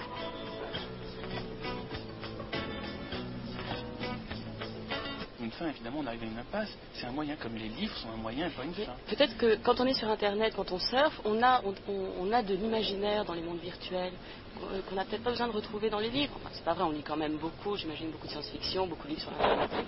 On peut lire aussi même sur autre chose. Comment se connecter sur Internet, on dit. De toute façon, sur Internet, on n'arrête pas de lire. Il y a quand même beaucoup de mots écrits que je sache. Puis il y a des serveurs de livres, tout simplement, c'est-à-dire des gens qui aiment les livres qui se retrouvent sur les serveurs informatiques. Alors il y a quand même une espèce de truc un peu bizarre, c'est que dès qu'on parle d'Internet, on a l'impression en effet qu'il y a quand même une espèce de caste qui connaît Internet, qui s'en sert.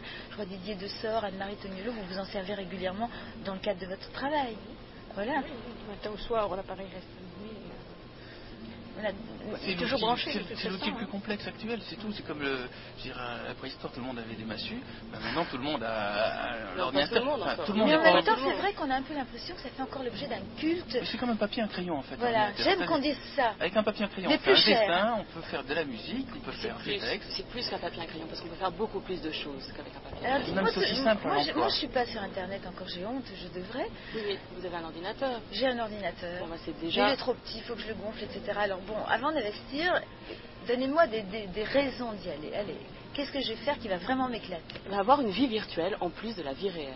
Mais j'ai déjà une vie virtuelle. Alors avoir encore plus de vie virtuelle. C'est quoi une vie virtuelle? Allez. La vie virtuelle, c'est Au téléphone, vous m'avez dit un truc, ça m'a fait rigoler. Vous m'avez dit, comment, vous n'avez pas d'amis virtuels? Comme si c'était une faute très grave. Non, c'est de l'étonnement plutôt. Oui, la vie virtuelle, c'est là où on a des amis, c'est le rapport qu'on a avec son ordinateur, et qui est plus complexe, et qui est plus affectif, et on a des rapports plus psychologiques compliqués qu'avec un papier et un crayon, je crois.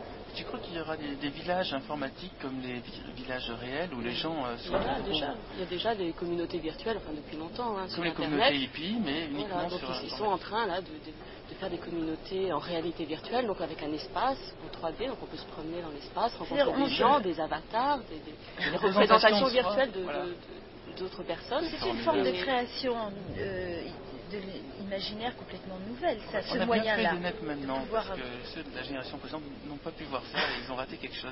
C'est vraiment formidable, on est la génération, on voit cet outil naître. On a vu, ma génération, on a vu les télévisions apparaître et informatique.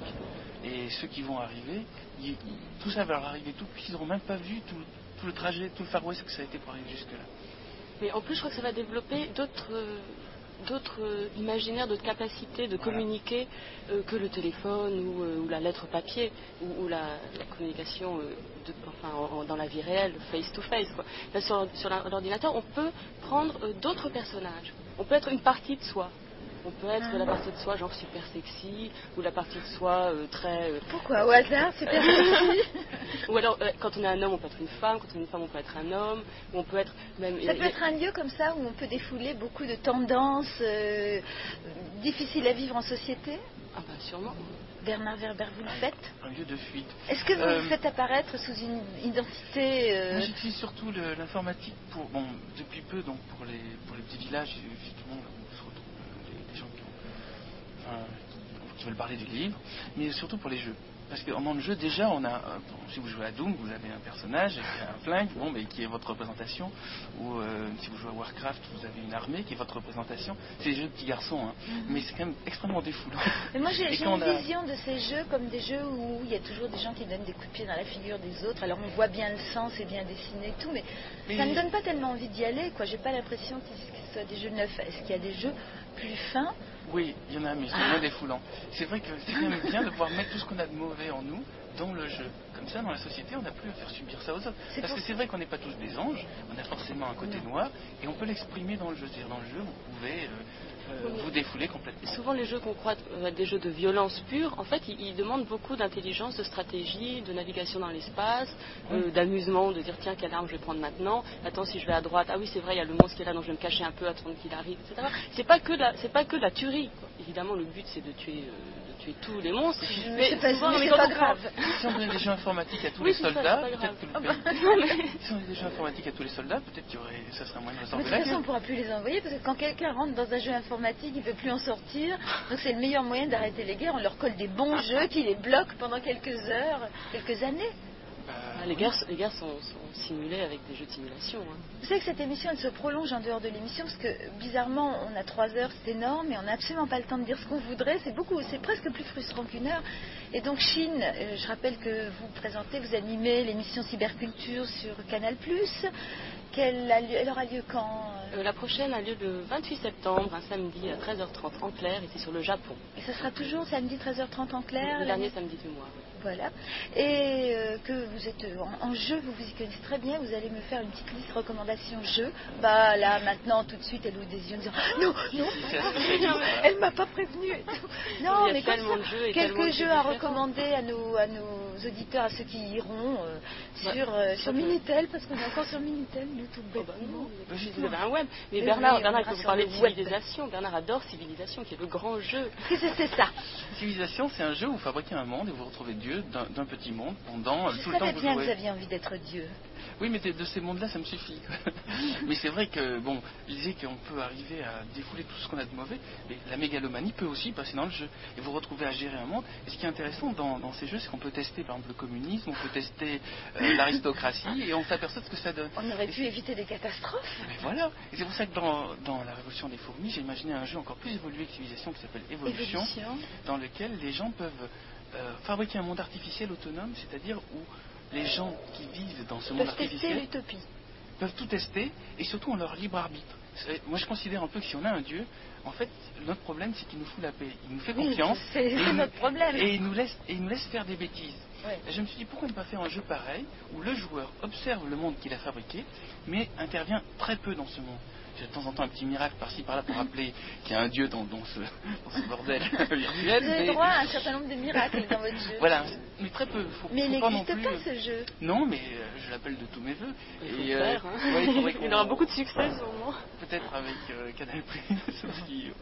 Mais il faudrait, en effet, ce serait un jeu très difficile à gérer parce que moi j'imagine une sorte de planète où il y ait 6 milliards d'individus et on puisse tester, par exemple, on pourrait tester une lessive pour savoir si elle va marcher. On teste sur 6 milliards de personnes au lieu de faire des tests sur 100 personnes comme ce qu'on a actuellement. On pourrait tester le communisme, on pourrait tester l'anarchie, on pourrait tester l'utopie. On pourrait en effet essayer d'inventer un monde meilleur en le testant sur un monde virtuel. Est-ce qu'on peut comprendre vraiment ce qui se passe dans ce genre de jeu, dans ce genre de monde virtuel quand on n'y a jamais été, quand on n'est pas allé? Il vaut mieux avoir un guide. C'est comme tout art, tout mode d'expression, tout mode de fabrication de monde dans tout le monde. Enfin, ça se visite, je trouve, un univers civilisation, un univers d'évolution. C'est pas compliqué, c'est vraiment pas compliqué. Il suffit de regarder quelqu'un jouer qui t'explique un peu comment ça se passe, et puis tu rentres. Si on aime jouer, on rentre dans les jeux. Si on n'aime pas jouer, même si on n'a même pas joué aux cartes, c'est sûr qu'on aime jouer. Je voudrais poser une question fondamentale. Vous m'écoutez? Non, parce que dans Télérama, il disait que dans cette émission, on parlerait entre autres du monde futur et du monde, moi je dis actuel, hein, et de ces choses qui agacent les gens qui aiment la bonne chair. Et je me suis demandé, est-ce que vous mangez correctement? Très bien. Très bien, oui. très bien. On peut tout aimer simultanément. Pourquoi il faut toujours qu'il y ait le camp de ceux qui sont pour le hard rock contre pour ceux qui sont la musique classique? Moi, je crois qu'on peut aimer tout simultanément. Moi j'aime autant le hard rock que la musique classique, j'aime autant l'informatique que la bonne nourriture, j'aime autant la littérature que l'informatique. Je crois qu'on n'est pas obligé tout le temps de scinder tout en deux. Et ça, je crois que c'est un peu typiquement français. Là, on coupe tout, et puis il y a le yin, il y a le yang, il y a le blanc, il y a le noir, il y a le féminin, le masculin. C'est pas vrai, tout peut être mêlé, on peut tout connaître. Vous vous reposez de temps en temps, quand même.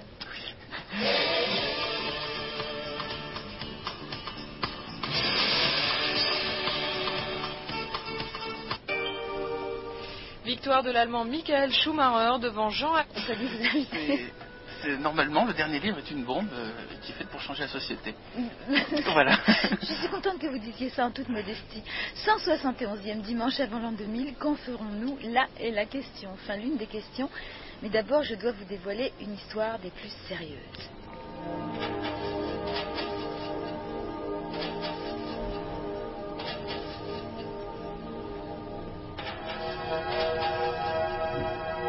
Bernard Werber, dans cette villa, était un pauvre et misérable investigateur privé. Il s'appelait Norbert Berrouer. Et, tenez-vous bien, justement, il vient de recevoir une lettre de la campagne. Mon cher cousin, je t'écris parce que je suis dans un mal pas. Je suis innocent, on m'accuse à cause du sang de la vache. Viens vite, ton cousin Léontin. Un lointain cousin, gardien de troupeau, est accusé du meurtre de monsieur XXL, marchand d'armes et propriétaire de pâturage à vaches. Pour Norbert Berrouer, je devrais dire Brouwer, c'est mieux, hein. C'est une aubaine médiatique. Le très célèbre hebdo Kivala, ayant déjà publié la photo des dessous en dentelle de la veuve de la victime, il se fait déjà une idée du dessous de l'affaire. Je dois dire, pour vous exciter encore plus, Bernard, que dans cette réincarnation-là, la veuve de la victime, c'est moi. Je savais bien que ça allait lui faire un effet terrible. Bonjour, madame, détective Norbert Brewer. Oh, mais qu'il était joli dans son costume rouge fraise, un peu trop grand, et derrière ses lunettes aux vitres anti-balles. Même si je savais que j'avais commis le crime parfait, j'étais très impressionnée. Vous êtes dans le pétrin, poupée, roucoula-t-il de sa belle voix de ténor. Dites-le-moi, là, vous êtes dans le pétrin. Vous êtes dans le pétrin, poupée. Roucoula-t-il de sa belle voix de ténor, je dois dire.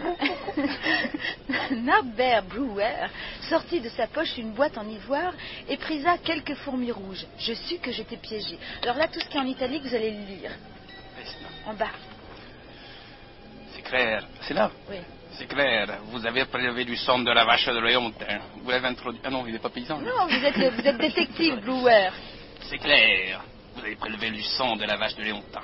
Vous l'avez introduit dans une poire à lavement. Attendez, je fais un petit break là.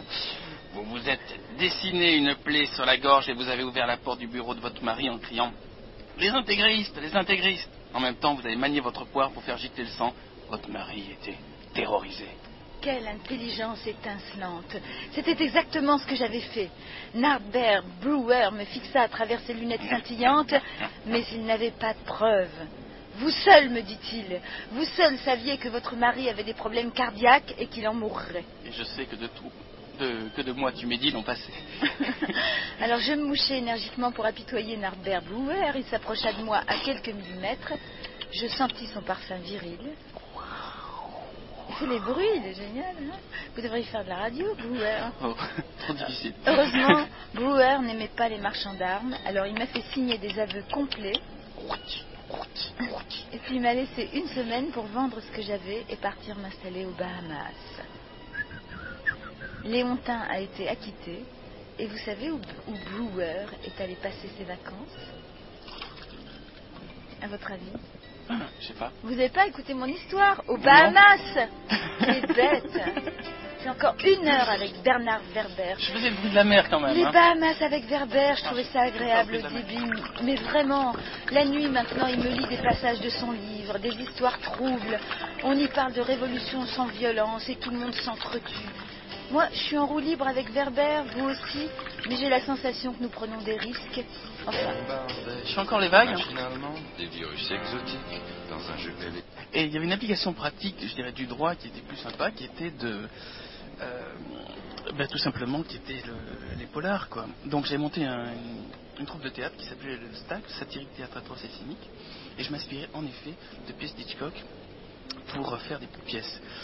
Ça n'a jamais rien donné parce que les acteurs étant tous bénévoles, c'était jamais les mêmes acteurs qui venaient à toutes les réunions, donc on n'a jamais pu monter une pièce. Mais en effet, moi j'aimerais bien continuer par contre à faire des pièces. Justement avec ce savoir de criminologie autour du polar. Qu'est-ce qu'on apprend dans les études de criminologie? On apprend à être James Bond, on apprend à ouvrir une serrure, on apprend à lire les empreintes. On apprend des choses aussi concrètes que ça, ouvrir une serrure et tout. Ah oui, c'est passionnant. On travaille même sur les faits divers. Je me rappelle, le professeur me disait toujours, on a une mauvaise matière de travail parce qu'on ne connaît que les imbéciles qui se sont fait attraper. Les vrais crimes intéressants, c'est ceux qui ne sont pas fait attraper, évidemment. Et donc ceux-là, en fait, on ne les connaîtra jamais. Alors c'est amusant, en effet, en tant que romancier, d'imaginer le crime parfait, de tourner autour de cette idée. Par exemple, le meurtre en chambre close.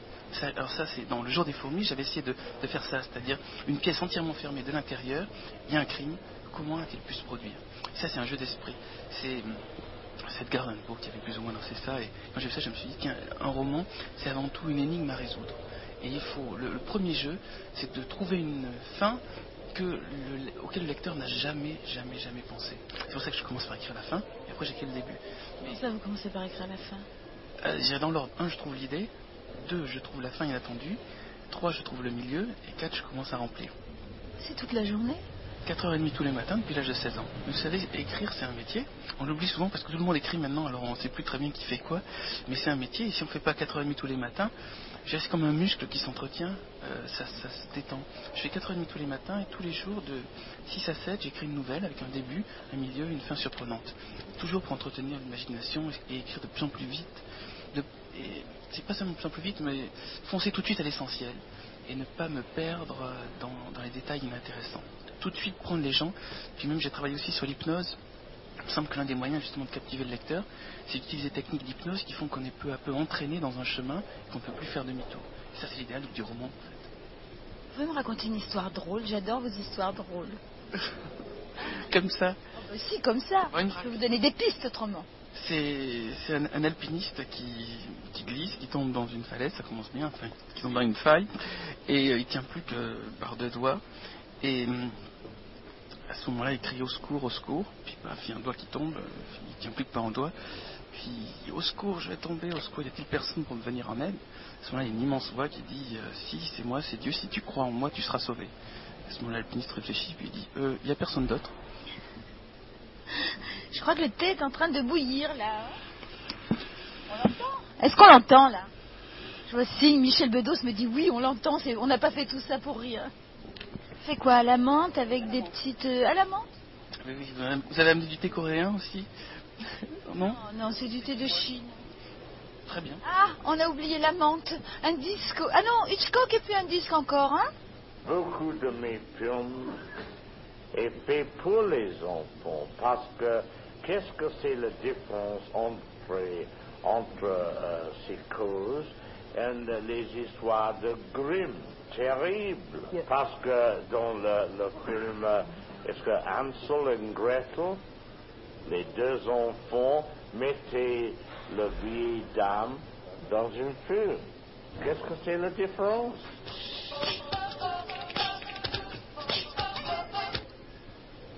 Et alors puis, Bernard Werber. Maintenant, on est en train de marcher le long des couloirs de la maison de la radio, devant les icônes de nos grands prédécesseurs. Et puis on passe devant la porte du directeur, Santa Maria, et je lui fais un bisou. Et puis nous voilà. Bernard Werber, là c'est quelqu'un que vous ne pouvez pas reconnaître. Ah. Alors mais je vais l'amener jusqu'à vous. Bonjour. Sourit, il est très différent de quand il ne sourit pas. Bonjour, Michel Cassé. Je suis bien contente que vous soyez avec nous. Alors Bernard Werber, vous m'avez dit que vous aimiez le ciel. Alors j'ai choisi de vous faire rencontrer quelqu'un qui le regarde, mais alors pas exactement comme nous. Michel Cassé. Bonjour. Un cosmologue, c'est ça? Astrophysicien. Astrophysicien et quoi donc Poète. Être astronome, je n'en suis pas moins homme. Allons-y, asseyez-vous là-bas. Le micro jaune vous attend. Alors là, moi, je suis en train de faire des catastrophes, mais je vais vous raconter une histoire. Michel Casset, vous savez, comme vous, comme moi, comme vous aussi qui vous êtes mis en roue libre à l'écoute de cette émission, il aimait regarder le ciel. Alors là, j'improvise, vous me direz si je dis n'importe quoi. Hein. En fait, je ne l'observe jamais. Voilà. Je l'imagine.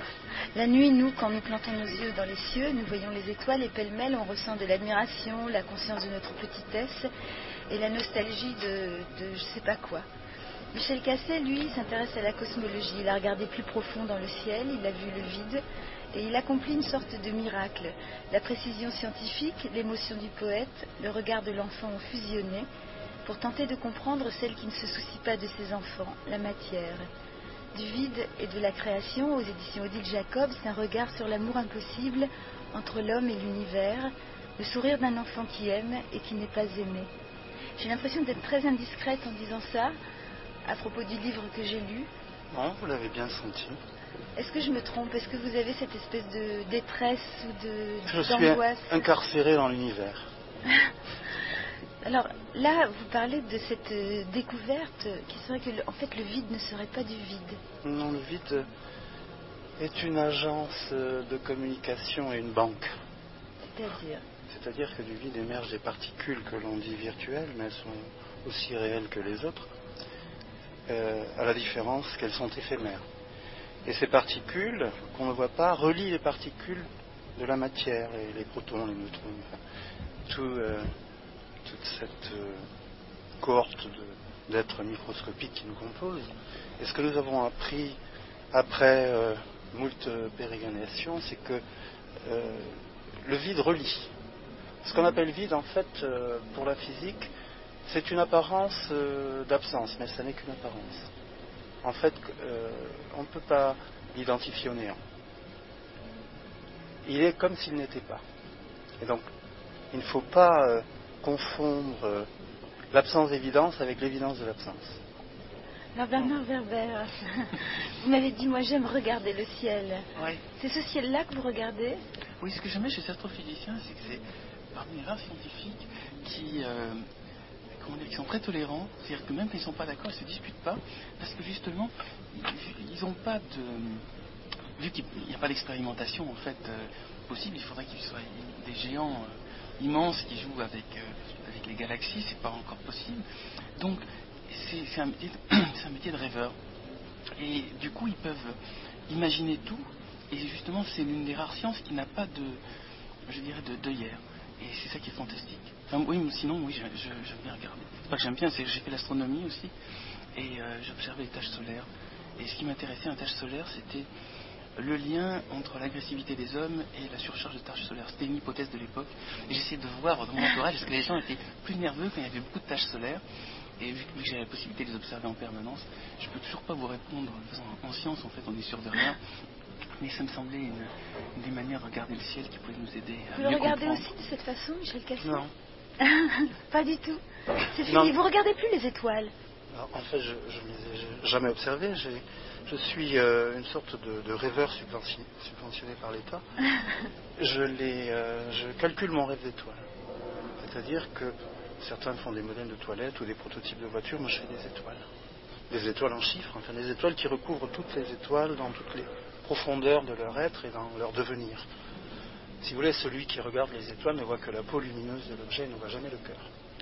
Et notre métier, donc, je parle des astrophysiciens, et l'astrophysique est faite de 1000 vies d'astronomes. Je ne parle pas en mon nom personnel, mais je parle pour tous ceux qui s'intéressent à la genèse et à l'évolution des étoiles. Notre métier, c'est de connaître ou d'apprendre à discerner leur principe de fonctionnement. Qu'est-ce qui fait que le soleil brille, par exemple? C'est une question totalement enfantine. La question est simple, mais la réponse est un peu complexe. Alors on n'aura pas la réponse. Mais quelle est la question? La réponse est oui, mais quelle est la question? C'est vous qui l'avez posée. Alors c'est vrai qu'il se pourrait qu'il y ait des Big Bang en permanence dans l'univers. Oui, nous vivrions dans un champagne généralisé, champagne pour tout le monde. Donc, nous en sommes à la 5e révolution copernicienne. Si vous me laissez 10 secondes, je pourrais vous expliquer cela. Et la dernière consiste à dire que notre bulle d'univers n'est qu'une bulle parmi les bulles. En d'autres termes, que les lois de la nature, le fait que l'espace a 3 dimensions et que le temps est une dimension, est complètement, je dirais, local. Mais j'entends par localité une sphère de 15 milliards d'années. C'est-à-dire Lumière, c'est-à-dire l'univers observable. L'univers observable n'est pas l'univers entier. Il est tout petit. C'est une cellule dans laquelle règnent des lois assez uniformes, assez homogènes, mais on ne peut pas prétendre que ce soit le tout de l'univers. Et les dernières théories montrent que, en réalité, il pourrait exister d'autres bulles, mais elles sont inaccessibles et elles sont comme si elles n'étaient pas. Mais on dirait que ça vous fait du chagrin. Quand on vous lit, on a une sensation de... Je ne pense pas que ce soit vraiment triste. Simplement, oui, c'est peut-être un désespoir d'enfant de voir que rien n'est fixe, que tout bouge finalement, et qu'il n'y a pas de repère absolu. Mais en même temps, c'est une ouverture extraordinaire vis-à-vis de l'imaginaire. C'est une révolution copernicienne qui semble indiquer que l'univers n'est pas simplement infini en extension, mais infini en possibilité. Et la question est de savoir si nous sommes dans le meilleur univers possible. Et alors Eh bien, c'est à chacun d'y répondre. En ce qui me concerne, je trouve que l'harmonie règne, disons, raisonnablement. Il y avait une phrase dans un livre de Philippe Cadic qui se disait « Si cet univers ne vous plaît pas, vous devriez visiter les autres. » Vous lisez Philippe Cadic ? Non. Absolument pas. Vous lisez les auteurs de science-fiction ? Pas du tout. Non. Pourquoi vous avez choisi de faire ce métier, astrophysicien ? Vous pensez bien, avoir des parce réponses à des qu'on m'avait questions ? promis la révolution sur la Terre et j'ai été déçu, alors je l'ai cherché dans le ciel. Et vous êtes déçu ? Ah non. Ah. Je suis honoré. Alors peut-être que Bernard Werber, vous devriez aller dans le ciel, là. Avec plaisir. Non, une des raisons pour lesquelles j'avais envie que vous vous rencontriez, c'est que finalement j'ai l'impression que vous avez cherché l'un et l'autre un sens et que vous êtes à des niveaux différents et dans des domaines différents, toujours devant ce sens qui s'éloigne comme ça. C'est une espèce de quête permanente que vous n'atteindrez jamais. Heureusement qu'on n'arrive pas à trouver la solution, sinon on s'arrête, c'est un peu la mort. Ce qui est bien, c'est le cheminement qui mène un objectif, c'est pas atteindre l'objectif. Absolument, et tout est analysable en profondeur indéfiniment. Le moindre mot, la moindre phrase, le moindre atome. Donc vous êtes parfaitement content. Oui, moi j'avais l'impression que vous étiez inquiet. Inquiet, non. Non ? Non. Je vis dans un registre rêvé, et donc, au contraire, je pourrais en effet me considérer comme amplement privilégié. Et donc nous avons appris en 20 ans plus qu'en 2000 ans, et il incombe à l'astrophysicien ou au physicien de le dire, de le chanter, de le danser, en effet. Si vous voulez, maintenant, il s'agit de se montrer tolérant, comme vous le dites parfaitement, mais aussi généreux. Il faut se mettre dans des dispositions de don. Puisque la science est un trésor, et qu'un trésor ne peut être véritablement considéré en tant que tel que s'il est partagé. Et la difficulté est de partager parce que les technologies galopent, mais les mentalités cheminent. Pour raconter la même histoire. Oui. C'est le terme de révolution. Un Werber qui hoche la tête, satisfait. On écoute une chanson et après on reste ensemble. Une forme, mais une forme plus ou moins structurée, un mollusque mou. En fait, la physique du petit, la physique du dedans rejoint la physique du dehors. Il n'y a pas d'opposition entre le fait d'observer avec un microscope électronique la structure moléculaire de l'ADN et le fait d'exercer son regard à décrypter le lointain. Il s'agit d'une seule et même démarche. Alors, en effet, j'admire son talent oratoire, mais je pense qu'il a opposé. Quoi. Non. C'est l'amande qui grince. Le rêve d'éternité, le mythe de l'éternité, s'applique également à la cosmologie. On se demande si l'univers est éternel. Alors Eh bien, je suis très inquiète pour mon avenir. Non, vous pouvez dormir sur vos 2 oreilles, à condition que vous en ayez 2. Il n'y a pour l'instant aucune évidence, de contre-évidence s'agissant de l'éternité de l'univers. Elle est encore indéterminée.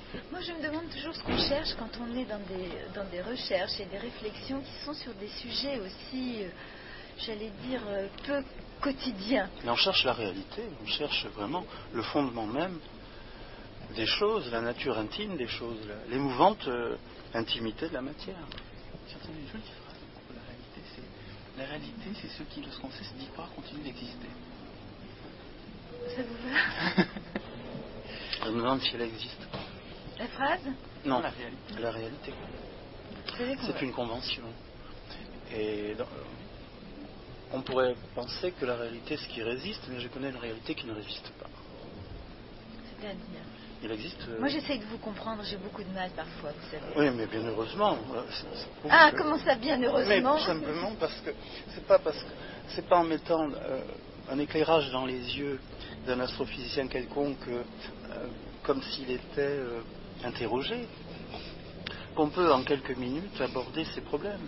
Vous voyez, il s'avère qu'il s'agit d'une pensée, d'un trésor qui a été forgé pendant des siècles et qui nécessite une grande patience. Et moi-même, je ne la comprends pas. Et donc, il serait tout à fait étonnant qu'on puisse aborder des questions de cette ampleur aussi rapidement. Vous m'avez dit que le dernier livre que vous avez écrit, c'était le bout du bout de la tentative de communication au grand public, quoi, en fait.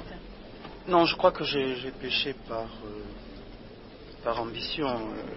Le sujet du vide est impossible. Et c'est un exercice littéraire, donc ce n'est qu'un prétexte. Vous avez entendu dire que les fourmis étaient un prétexte, le vide est un prétexte pour moi. J'ai essayé, avec mes modestes moyens, d'aborder l'indicible, et cela confine à la poésie, parce que la poésie est le lieu où les mots n'ont plus cours, donc au terme de tout cela est le silence. Je vais pas insister? Si, au contraire. Vous voulez que j'insiste? Mais bien sûr. Moi, je voudrais savoir si vous avez été déçu du voyage que vous avez fait. Non, absolument pas. C'est une... si vous voulez, la pente est escarpée, mais il semble que les sommets, si sommets il y a, sont déjà occupés par les poètes et les prophètes. Ce qui est intéressant, si vous voulez, c'est que la science la plus abrupte, la plus mathématique, la plus fondamentale, la plus moderne, rejoignent les mythes anciens. Alors, qu'est-ce qu'on découvre dans les trous noirs? On découvre l'image de la mort. Mais la mort, ici, c'est le passage d'une perfection lumineuse à une perfection obscure. Donc, ce n'est pas la mort. La mort est un terme anthropomorphique. Vous voyez, elle n'a plus rien à voir. Enfin, une étoile ne meurt pas, elle change d'état. Et un trou noir, d'abord, c'est un trou noir dans la connaissance, on peut à peine en parler. Vous savez qu'on est tous médusés autour de vous, on vous regarde comme ça. Non, il y a du non-dit, il y a de l'indicible, et il ne faut pas en avoir peur. Le non-vu est le prochain visible. Le non-vu est le prochain visible. Je vais rester méditer sur cette phrase, je crois.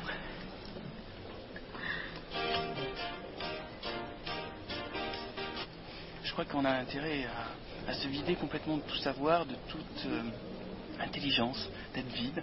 Comme ça, quand on est vide, on peut se remplir des choses. Et, je suis proche de l'état merveilleux. Non, c'est pas merveilleux. Je dirais que c'est un état de vacuité, c'est-à-dire on ne peut se remplir de l'extérieur que si justement il y a rien qui obstrue. Donc il faut avoir l'esprit vide, trouver une sorte d'état de bêtise absolue qui nous permet justement de nous enrichir et de devenir plus intelligents. Alors on vous propose toujours des choses en échange de votre tableau, une exposition de tableau sur le thème du paradis. Oui, ça, votre tableau, maintenant vous savez où le mettre. Des animaux qui font marche arrière. Ça a beaucoup plu, l'histoire de la libellule, qui est le seul oiseau qui vole en marche arrière. C'est pas un oiseau. Donc, non.